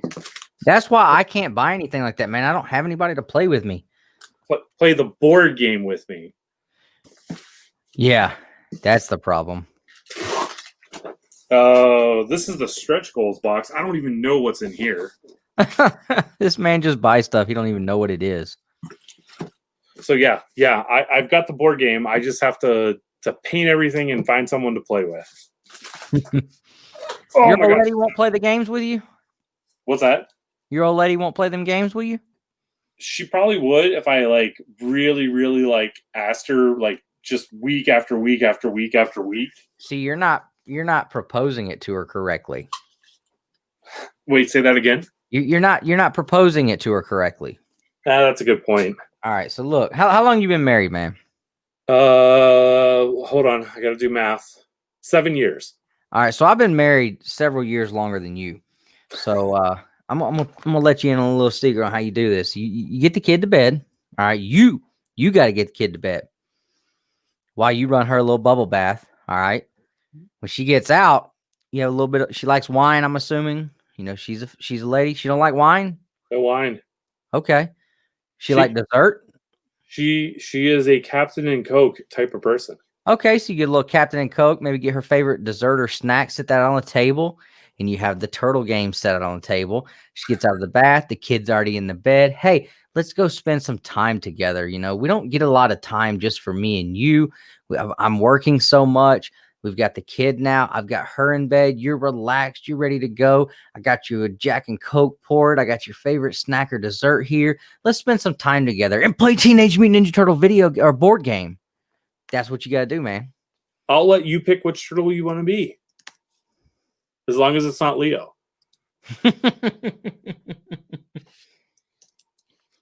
I'm telling you, that'll work every time, man. That'll work For the every record, guys, time. I haven't forgotten. I still have it right here. It's still right here. Yeah. Okay, right on, man. I appreciate it. I appreciate that, man. We appreciate all the anybody that likes to share our content with their friends. We appreciate it. Make sure to tell them to hit that subscribe button. We are going to be doing a 2,000 subscribers giveaway very soon, so make sure you subscribe to the channel so that you can not miss out on that. Because we give, I mean, you can ask some of the guys who've been watching us for a while. Our first giveaway was a 9.8 killing joke. Like, we don't play out here on Two Brothers Comics. I mean, we don't do a lot of giveaways for like subscribers and stuff. Like we've done like 3 or 4, but like when we do giveaways, like we do some giveaways, homie. We give it away, you know, like the song said. Appreciate that, Austin. You're the man, dude. Checks in the mail, brother. Checks in the mail. I seen some people getting in that Miko Sue Young variant, man. I mean, I can't wait to get mine. I cannot wait, dude. That thing is so sweet. Your giveaways are quality over quantity. Exactly. And this could be the biggest one yet. This could be the biggest one yet because we've got several sponsors throwing in. Comic shops, our LCSs are throwing in. I'm working with John over at Back to Back Comics. He's going to sponsor the giveaway with a nice book. So we're definitely working on this possibly being the best giveaway we've ever done. Lone Eagle, what's going on? Thanks for hanging out. Finally caught a live stream. Awesome. Thank you so much. We appreciate you checking us out, man. We are about to open up a Spider-Man 2099 hot toy live.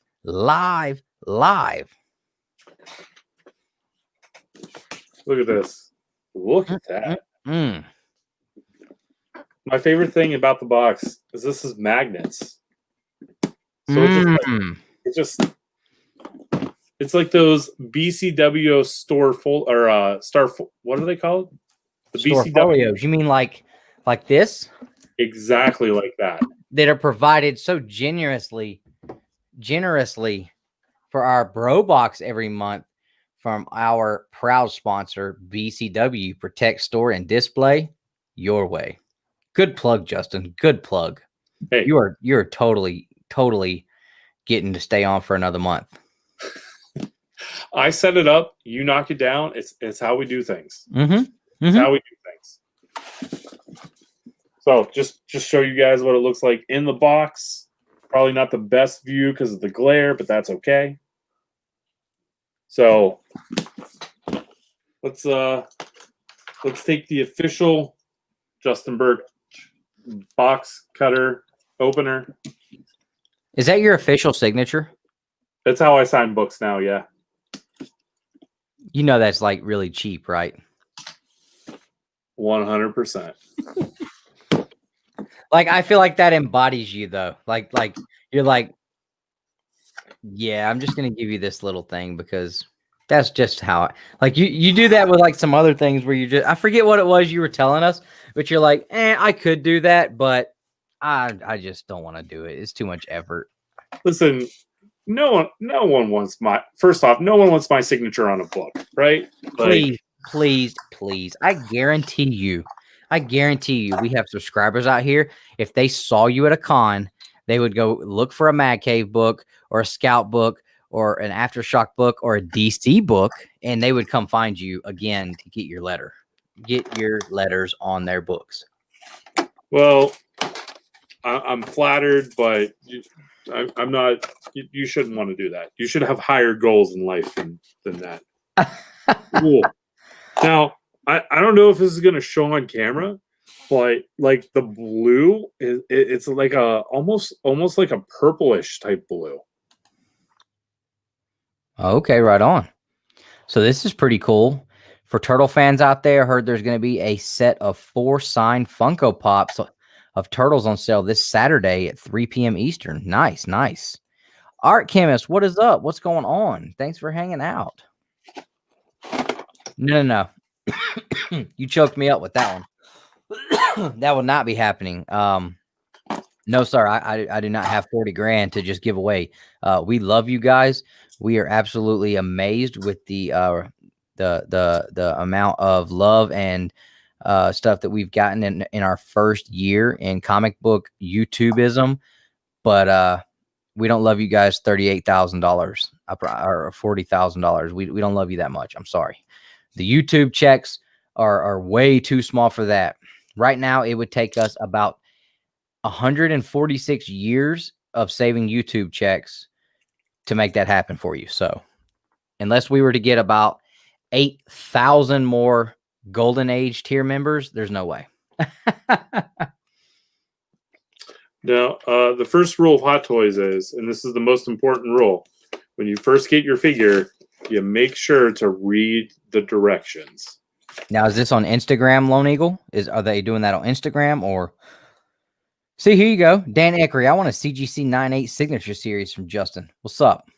What's up? You need to get registered, bro. You ain't even registered with CG. No. What are you doing out here, man? The people want this. They want the word bubble signature.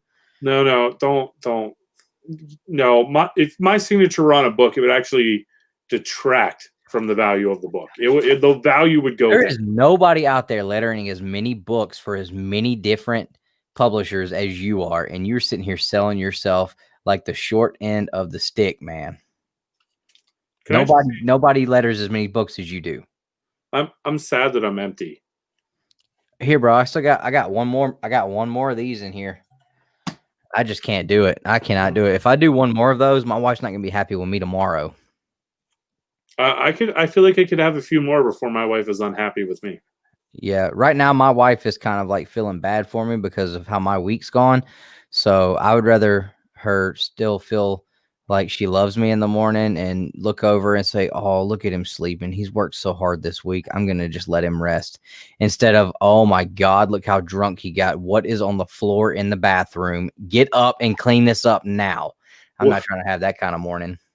That Justin is a bad influence. Yeah. That's what I told her. I was like, it's all his fault. Like, he suggested this, so I got to do it. Like, it's a man thing, babe. I can't turn down a challenge. Look at the base. Okay, cool. Look at that. Oh, that looks really good. That's like statue quality base there, man. They do bases like that for statues. Now, do all of those Hot Toys get a base that is that detailed on the bottom? I don't think they all have the character face on it like that. Like, I think the Spider Punk was just like a whole bunch of stickers and and pins and stuff like that. But this I think is the first one with the actual head on there like that. Nice. And Justin, just for the viewers out there and for the possible sponsorship opportunities later on, where, sir, have you acquired all of these awesome, wonderful Hot Toys? So I ordered them, this particular one, directly from sideshow.com because this was a convention exclusive. It was the only place you could get it. However, you can pick up your Hot Toys at a great site called bigbadtoystore.com. Or as we lovingly call the BBTS. All right. I think I got... When are they doing a Black Friday sale? Have they started their Black Friday sale yet? Or they literally wait till Friday? They will wait till Friday. Okay.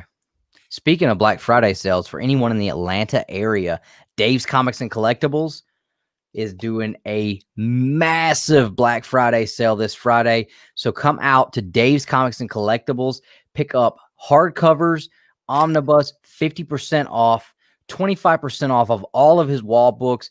Any toys behind the counter are all going to be 25% off as well. And then all the toys on the floor are 50% off. Come out and pick up some toys, pick up some great deals on some comics, and come hang out with Two Brothers Comics because we're going to be there when they open.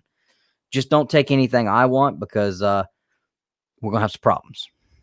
Wait, do you think they might have Hot Toys? I don't know if Dave has any Hot Toys. I can check. Well, if he does, just Absolutely. I know Dave already has one book set aside for me. I believe it's he pressed it for me as well. Ooh, nice. Yeah, like he had it set aside he's got it set aside for me for Friday, so I'm really pumped about that. And I'm also pumped about deciding what omnibus I'm going to get 50% off. Last year I got Planet Hulk, which was huge. Getting Planet Hulk at 50% off, like brand new in 2019. It's been out of stock everywhere forever, and that was the first omnibus I got. And so this year, I've been eyeballing the Captain America Volume 2 omnibus, which highlights all of the Jack Kirby Marvel Captain America run, starting with Captain America 100, a lot of the Tales of Suspense stuff. So I've been really eyeballing that one, and then he's got a new one in there, Marvel Comics through John Byrne's Art History. That omnibus sounded so cool, and of course it's sealed, so I didn't get to look through it. But that one looked really awesome too. They got some Star Wars omnibus up there. He's got all kinds of stuff. So anybody that is in the Atlanta, Georgia area, man, if you want to come hang out, get some great deals on some stuff. Dave is a wonderful person. He's a great guy. He runs an awesome shop. And I'm telling you, like if there was ever a honey hole of a comic shop, that is it. And I really hate that I just told everybody that. I mean, he did hook me up earlier in the year. Yeah, that's where Justin got his X-Men 1. What all have I picked? Dude, I couldn't even. What have I picked up from Dave this year? Let's look behind me and see. Submariner number 1, Captain America 100, Captain America 109. I've got behind me Tales of Suspense 59, Strange Tales 114. I've got a Captain America 118 over here that's probably a 9.4 or better. Anything Silver Age, any big keys, I go to Dave's for. And he lets me dig through the show boxes, the stuff that he don't put out on the floor for everybody. You got to kind of, earn your keep a little bit with Dave, or he's going to open up to you and show you some of the crazy stuff. And he's got some boxes marked, personal boxes, don't open.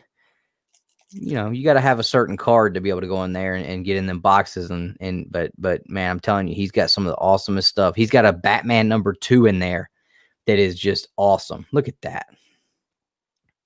It's really weird. Like, obviously there's a body in here, but this is an actual suit. Like, this isn't painted onto a figure. This is a suit that he's wearing.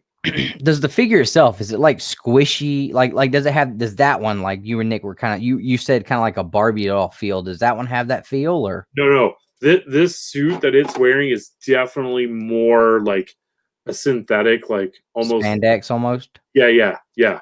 What about the figure itself, like the body itself under? Is it like a hard body feel, or does it have like a kind of a, because I know when Jim Mint was showing off that Venomized Deadpool, he said it was like really squishy.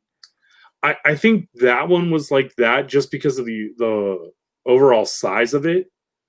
I mean, normally when you get a hot toy, it's going to be like a figure like this. You know what I mean? It's going to be not something that's huge and bulky like that Venom pool was. So is it got like, is it like made of plastic, like a regular action figure would be underneath? Yeah. There is a hard plastic body underneath. Okay. See, when you said Barbie doll feeling, I'm thinking of like how it's like almost like a rubbery figure. Yeah. No, I don't get the Barbie doll feel from the Spider-Mans that I have, but I can totally get and understand how Nick might have that feeling for the Mandalorian with the cloth soft goods clothes. Okay. Hey, what's going on, TK? Finally get to catch you guys live. Appreciate it, man. Remember when you could go live? Man, I remember when TK could go live. I'm just kidding, brother. We have been in the drinks tonight. We have been in the drinks, man. This Joker's been refilled about 3 or 4 times by now. Justin's out. I'm not out, but I'm not filling it up again. Look, Greg, you don't get to leave after 5 minutes of hanging out earlier and come back at the end and start talking smack, bro. But it's okay if you do. You know what, Greg? Just for talking some smack, bro. I tell you what, just for talking all that smack. You keep talking smack. See if I don't send this to you. Keep talking. I think I am going to Big Fun this weekend. Just so you know. Big Fun. It is a huge toy store in Columbus, Ohio. What kind of toy store? Because, I mean, a toy store called Big Fun, that sounds weird to me. It is the type of toy store that I would like to go to. Oh, okay. So like BBTS kind of stuff. Yes, exactly. Okay. Right on. So I'm gonna swap out his hands because I don't like the hands that are on here. So walk us through everything that's in the bladder, man. So there are a ton of accessories in here. You can see the number of hands for each side. It looks like we've got what do we got? 6 different hands that you can choose from, including the set that's on him now. That's so you have crazy. multiple hands that you can choose from. You've got this kind of web slinging accessory that you can put in a hand, so it makes it look like he's, in that kind of classic Todd McFarlane type pose that we're so used to. We've got kind of a web splatter type effect that you could, place on the ceiling and have him hanging down, so to speak. You should put a suction cup in the middle of that and actually have him hanging. Well, I mean, you don't have to do it that far. You could use the stand also to kind of get that effect. I mean, you could just kind of, do one of these upside down. Nah, bro, you just hot glue a suction cup to it. I don't want hot glue anywhere near this. But hot glue just peels right off, dude. And then you've got, I see how I'm just going right on. I'm not even. And then you have different like web shooting accessories that you can put into his hand. So different lengths. Also kind of that McFarlane style webbing on there. Mm-hmm. But yeah, this was a show exclusive. I don't remember what show it was. I don't think it was Toy Fair. It may have been San Diego. It may have been New York Comic-Con. I don't remember exactly. But when there are show exclusives like this, they don't come with too many accessories. Maybe just like looks like a crap load to me. But if you saw the stuff that came with like Spider-Punk or the Advanced Suit Spider-Man, where you're getting like cameras and cell phones and pizzas and did you get a guitar? You got a guitar with Spider-Punk, right? You did get a guitar with Spider-Punk. Is yours holding a guitar? No. What is wrong with you? So that guitar strap is very kind of fragile, and I didn't want to mess with the buckle to try and make the strap longer to sling it over his back. I was like, we're not even about to do this. Oh man, just send it to me and I'll fix it for you, man. I'm nervous enough that I bent the elbows and the knees on this, and I'm about to attempt to pop off his hands. You need to blow dry them. It's not a NECA, so we shouldn't have to blow dry it. Okay. But if we do, you do have your official Justin Birch action figured blow dryer, guys. There is a patent on these, and he will be selling them in bulk very soon. All right, so I think we're going to go with this hand here, just because you can see the almost like the claws, dude. That's awesome. Yeah, and that is something that Spider-Man 2099 has that makes him different compared to other Spider-Mans, is he does have the claws. That's awesome. I still think it would look so great if you had like a really awesome variant to set up behind your awesome Hot Toys. I'm not gonna tell you how to do your collecting, bro, because you know our motto. But I'm just throwing out an idea. All right, here we go. Hold your breath. Oh, that was pretty easy. All right. Did you watch the video where Jim Mint did the Venom Deadpool? No, I didn't. Oh, it would crack you up because he's talking about how, like, because he does all the statues and those have magnetic keys. And so the video opens up with him trying to change out the hand, and he thought the hand was in, and then it just dropped, and like the whole hand like fell apart, and like not fell apart, but the hand fell off, and then the collar or the wrist collar fell off, and he's just like, what just happened? Well, if you go back to one of my very early Babble-on appearances, I opened, like, I think it was an after-hour show. I opened that Magneto 6-scale figure, and the foot fell off. Yeah, because I was trying to pose it, and I was just like. Now with your Hot Toys, you know, you're putting them side by side, so you've got a lot more room in there. I mean, are you ever going to get a little bit creative with those poses, or just the standard what's up pose? I'm scared to death with these ones because of the material that's made. Like, I don't know if you'll be able to tell, but the suit is already kind of bunching there in the elbow, and that's just from me bending it.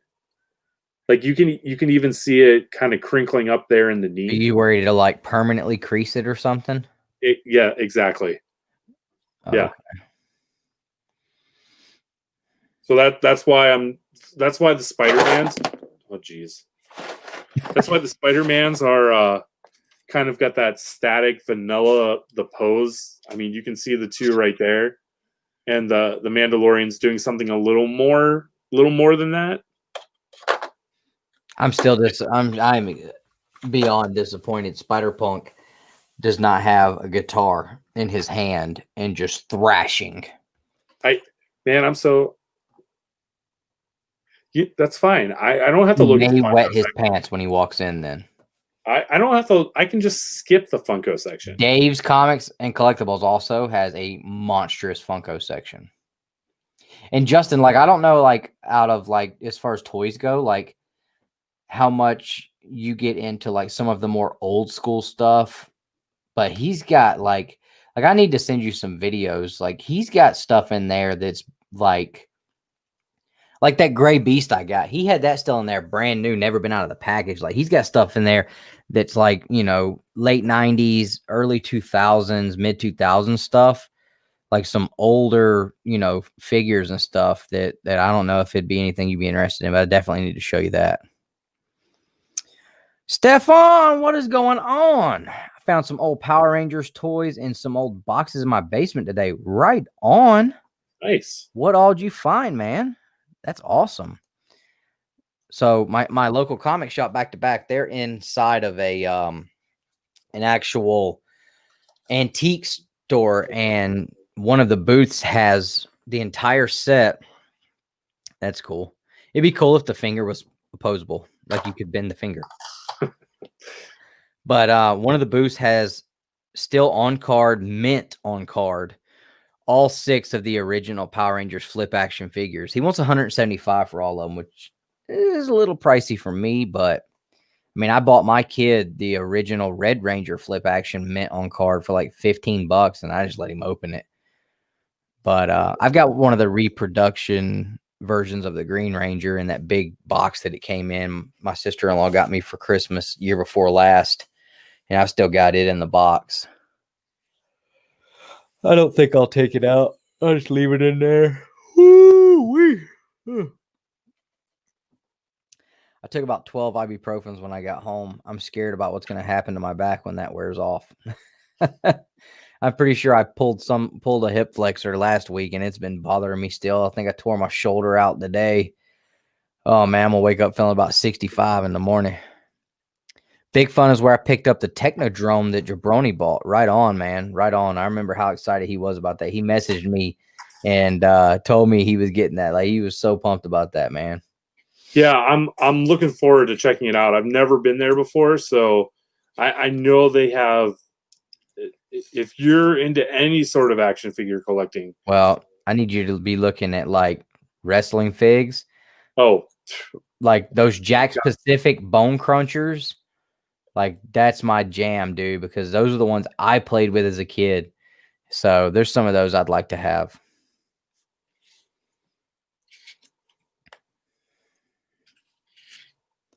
I keep wondering with WWE, you know, they got their what's their more higher tier like the Ultimates. Is it the Ultimates? Yeah. Yeah, so like I keep wondering like how much more they're going to keep stepping their game up. Like could you see that? I could see them doing like a 6 scale figure. Upside down. Oh, that looks just great. Come on now, give us the spider feet, man. Nah, I don't want to push you to messing up your toy, bro. I'd feel bad for posing it in a way that you know I'm uncomfortable with. Like, oh man, those creases, like even though it would look awesome and the people watching would love it, I don't want you to do it. If Look it's at gonna like make you more that. comfortable. Oh, that's making me so nervous. Just like that. Just like that. I need to come up there and go to that place, man. Where is it at? It's Ohio? in Columbus. Columbus, Ohio. Yeah, Yeah. that's so far away from Atlanta, man. It's like a 2-hour drive for me. Yeah. Hey, how opposed would you be to C2E2 with us, man? If C2E2 happens in 2021? I mean, C2E2 might. There's a good chance I think it will happen next year, just because they moved it to December. Oh, they did move it out to December? Yep. Oh, that sucks. Well, I guess we can still look forward to C2E2, but that sucks though, being in December, like right around Christmas time. Like that's a hard time, man. I think it's like the first or second week of December. Yeah, but see, like I start worrying about Christmas about the first week of October. Yeah, sorry guys. He's getting put in a vanilla pose. I can't do it. I can't do it. I can't do it. Just like if you were to pose him like some kind of crazy, like you'd probably like as soon as the show cut off, like I could see you run back there and like fix him. Be like, nope. Yep. Yeah, absolutely. Can't do it. Like, what about Magneto though? Like, is he the same way? Oh, no. Like Magneto is like cloth goods, so I don't feel worried about like bending him and stretching him and stuff like that. Yeah. Let's see.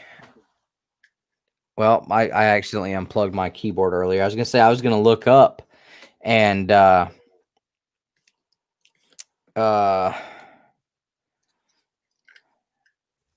are you in for? Did you ask him something? Oh, C2E2. Oh yeah, we were talking about C2E2, man. Yeah, he's saying that he's in. Right on. Like me and Nick are definitely trying to like go to a con. Like we've never been to like a big con, you know, the Huntsville Expo. You know, we've been to that one, and of course it was a lot smaller scale this year, but as far as going to like one of the like, you know, I'm not trying to downplay Huntsville, but like going to like one of the cons, like me and Nick have never done that, and we really were looking forward to getting to do that this year, but hoping next year for sure. Oh, right on, flip heads, man. That's awesome. That is awesome. I had all of them. So many wrestling figures, he says. Yeah, there's a place out here by me, and I sent Justin videos and pictures when we were there, and was like, dude, I just found this toy shop. Just we were out driving around, and holy crap, they had a ton of those too. Ton of them. Thunder God, what's going on? Thanks for hanging out. Appreciate it. Bow. But that's something I don't want to step into though, man. My comic collecting is so out of control. I cannot get into wrestling figures on top of the other figures I'm collecting and everything. Like I've finally slowed down and said no more Funkos. Like I buy Office Funkos, that's it. No more Funkos. And after Toka and Rezar, the only other NECA figures I'm going to get is hopefully the movie Shredder, 2 foot soldiers, maybe 5, and Splinter. And then, of course, if they come out with a quarter scale Casey Jones. And then as far as the Power Rangers Lightning collection goes, I might get Pumpkin Wrapper and just do a little bit of paint detail on him. But I've finally gotten everything I think I would want out of the Lightning collection. So like I'm finally getting to the point where I'm just kind of scaling away a little bit. Is Pumpkin Wrapper the only monster you would get? Or would no, you if they did Pudgy Pig, Yeah. I would definitely get Pudgy Pig, no doubt. If they did Rito Revolto, I would get him. Rita's brother. Yeah. Yeah, I would do Ivan Ooze. And the Tango Warriors, I would do a couple of those maybe. I still don't have any putties, and I need to get some putties too. I kind of want a Scorpina. Yeah, I don't know. I was so disappointed with Rita. I don't know that I would do the Scorpina. I think Scorpina would be easier to do a little better. Did you see the video we uploaded recently where I showed off the Green Ranger? I think I saw you unboxing it, but I don't think I watched past that. So you're one of them.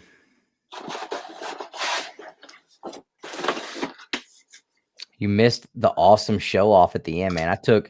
Did a live spin around on a Lazy Susan. Then I did some pretty cool pictures. I even threw Rita in there. Had some unfocused Rita pictures that were really cool. Tell you what. Oh, Stony Williams says hello to you, and your wall is so subpar. Right on, man. Everyone say hi to Stony, writer of Villainous. Absolutely. Yeah, we definitely want to, man. Especially after watching Bear Island Comics documentary style movie he made with all those guys. Like, it looked like so much fun. Well, we appreciate Miss Bearded for watching for sure. Absolutely. Is it because I keep talking about Columbus, Ohio? Comic Mag Musings, what's up? What is going on? Live about 90 minutes from Chicago, but never been to C2E2. Yeah, I mean, shoot, I definitely would be rolling out for sure, man. Oh yeah, absolutely, man. Absolutely. And like, I'm already so bad with comics. I mean, like today I bought, I'll tell you guys because Nick's not here. Like today I bought these comics. They like Nick's gonna flip about. I think I only bought issue 1, but I'm probably gonna buy issue 2 and 3 as well. The Hobbit comic books. Really? Yeah.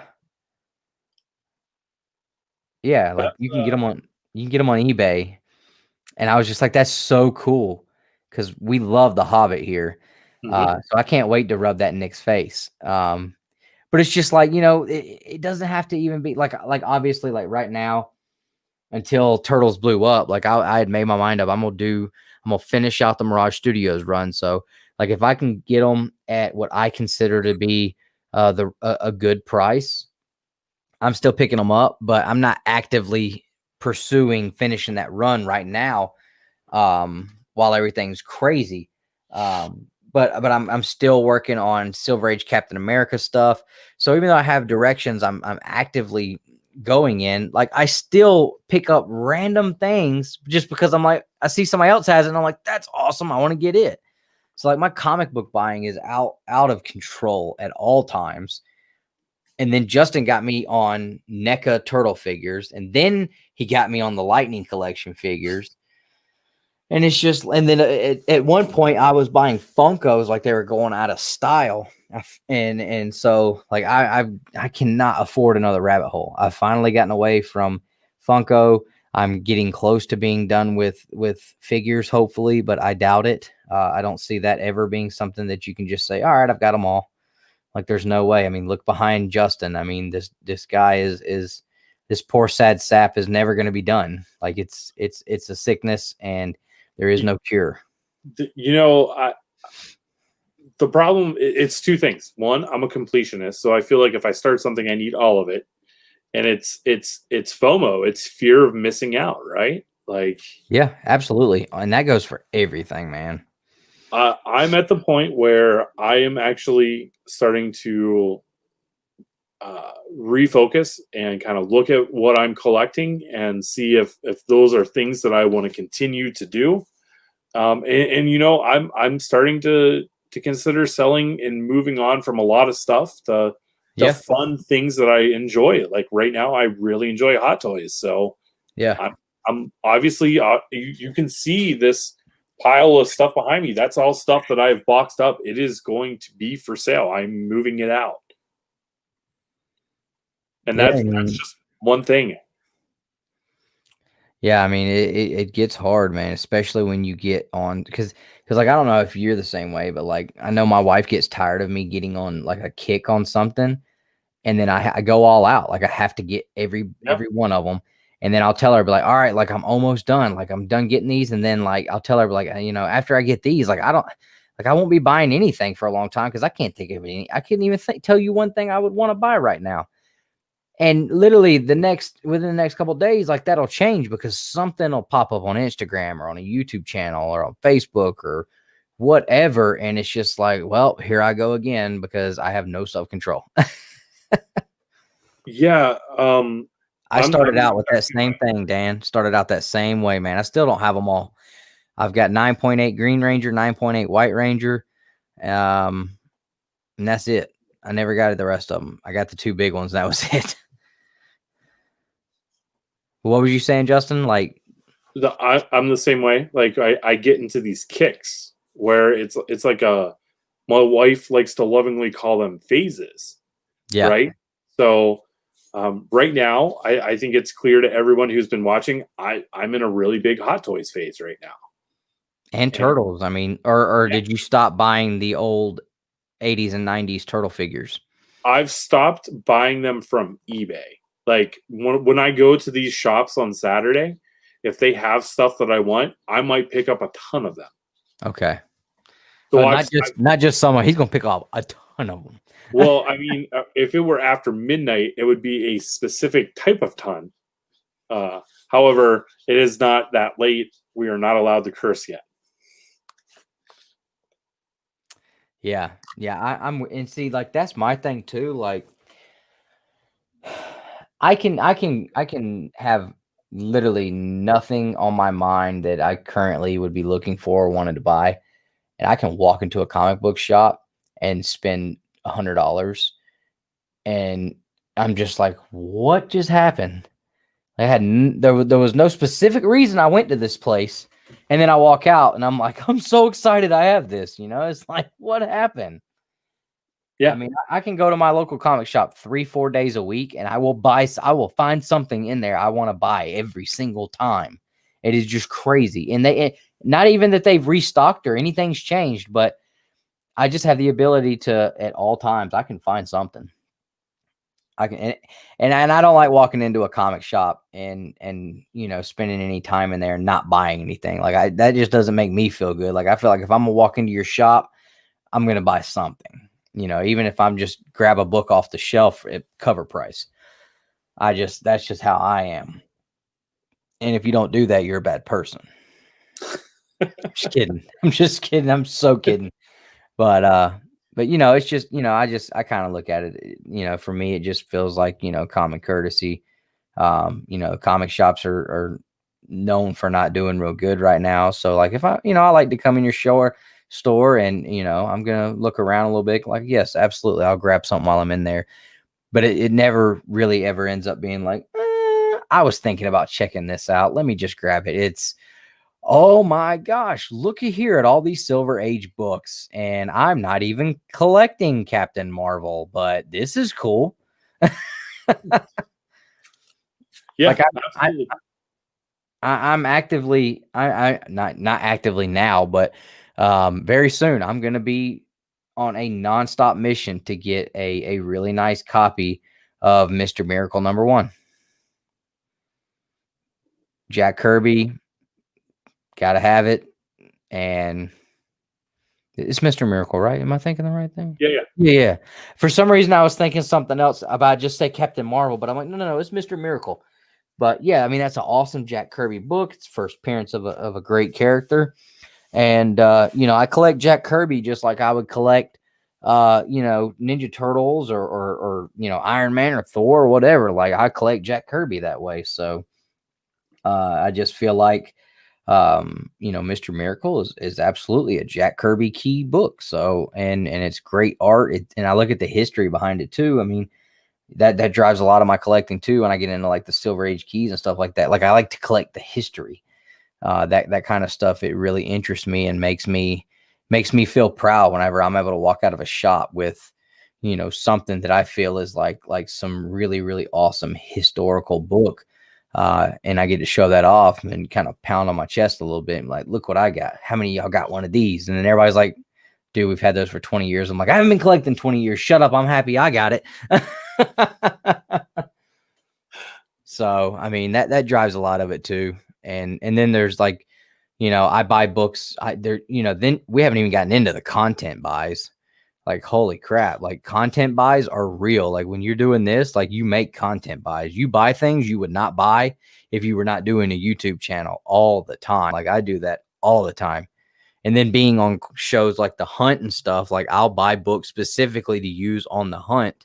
And I had to scale that back significantly. And me and you've talked about that before. Like that was like, I was bad, man. That was killing me in the beginning. I was spending hundreds and hundreds of dollars on books to use on a show. And then afterwards, I'm just like, well, I spent a lot of money on these books. I didn't win. Sometimes I win, but it's, and when you win, like that makes you feel better. But then you're still like, would I have bought these books if I wasn't going on that show? I don't think so. Like, I need to really rethink my buying at this point. So, you know, you got content buys like that, which I mean, honestly, anything I've bought like has been some, you know, I've actually used as an excuse before to buy things I wouldn't have been able to reason with myself to spend the money otherwise. So like, you know, content buys as well as getting on kicks for things and stuff like that. Plus, you know, having the FOMO, you know, luckily I think me and Nick have both been able to get that in check reasonably anyway. At one point we were both pretty hot and heavy on FOMO buys too. Like, I mean, that was really, that's one of those things, like if you can't keep that in check, like you will go crazy spending money for sure. Absolutely. It's probably the worst. Like FOMO buys, I think sometimes lead to the biggest regret. Yeah. Like biggest purchase regret. Yeah, because, you know, I feel like a lot of time too, FOMO buys will cause you to buy something not only that you would not have bought otherwise, but you've also, because you know, like, okay, let's look at the TMNT Adventures #1. That was a $25 book, $30 book for years and years. There's tons of people who probably had no interest in buying that book at all. And now that book starts skyrocketing. So that FOMO kicks in and they're like, oh crap, like I wasn't interested in this before, but now I am. So not only am I going to buy it now, even though I wasn't interested in it before, but you're going to pay an extremely larger amount for it now.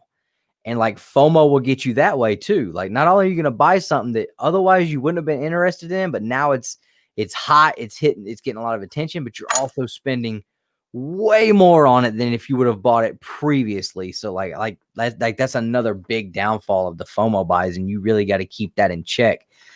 Because if you don't, man, you will, you know, unless you just got, you know, money trees or you just got it like that, you know, you're going to end up freaking FOMO buying yourself into a hole, man. And I've been down that road. Nick has too.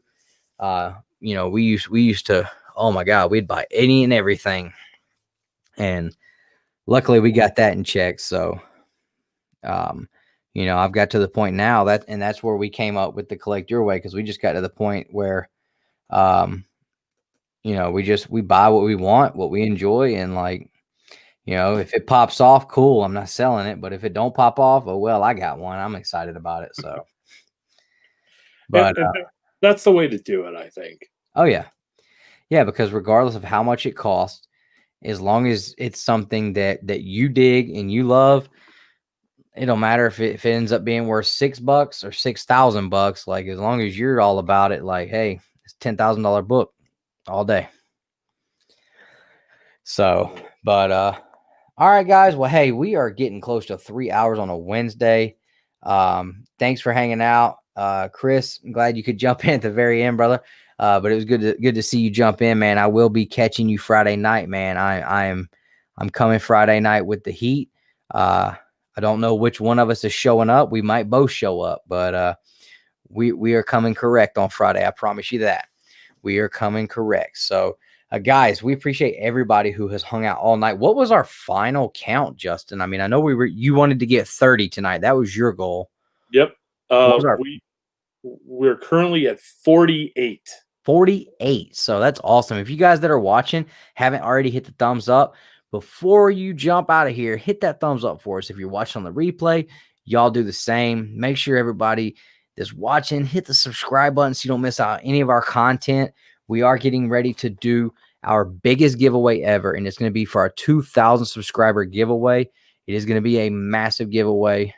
We are definitely pulling out all the stops, and I hope I'm just going to stop there because I don't want to overpsych you guys up for this and you be expecting like a Hulk 181 or something. That's not going to happen, but we are definitely pulling all our resources for this one because it has been a great first year for us, and we definitely want to finish the year hitting 2,000. So we're looking forward to that. Hope everybody had a great new comic book day, and we hope you guys enjoy your Thanksgiving with your families, and we will see you guys right back here Saturday night for the Saturday night Comic Book Babble-on.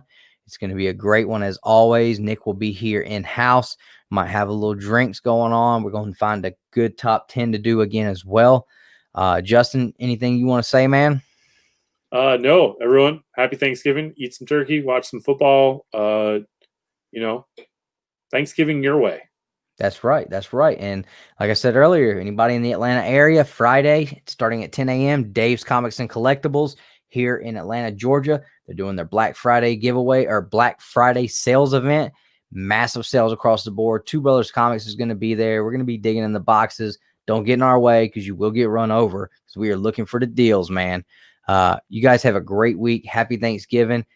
Thank you for being the best part of Two Brothers Comics. And as always, collect your way.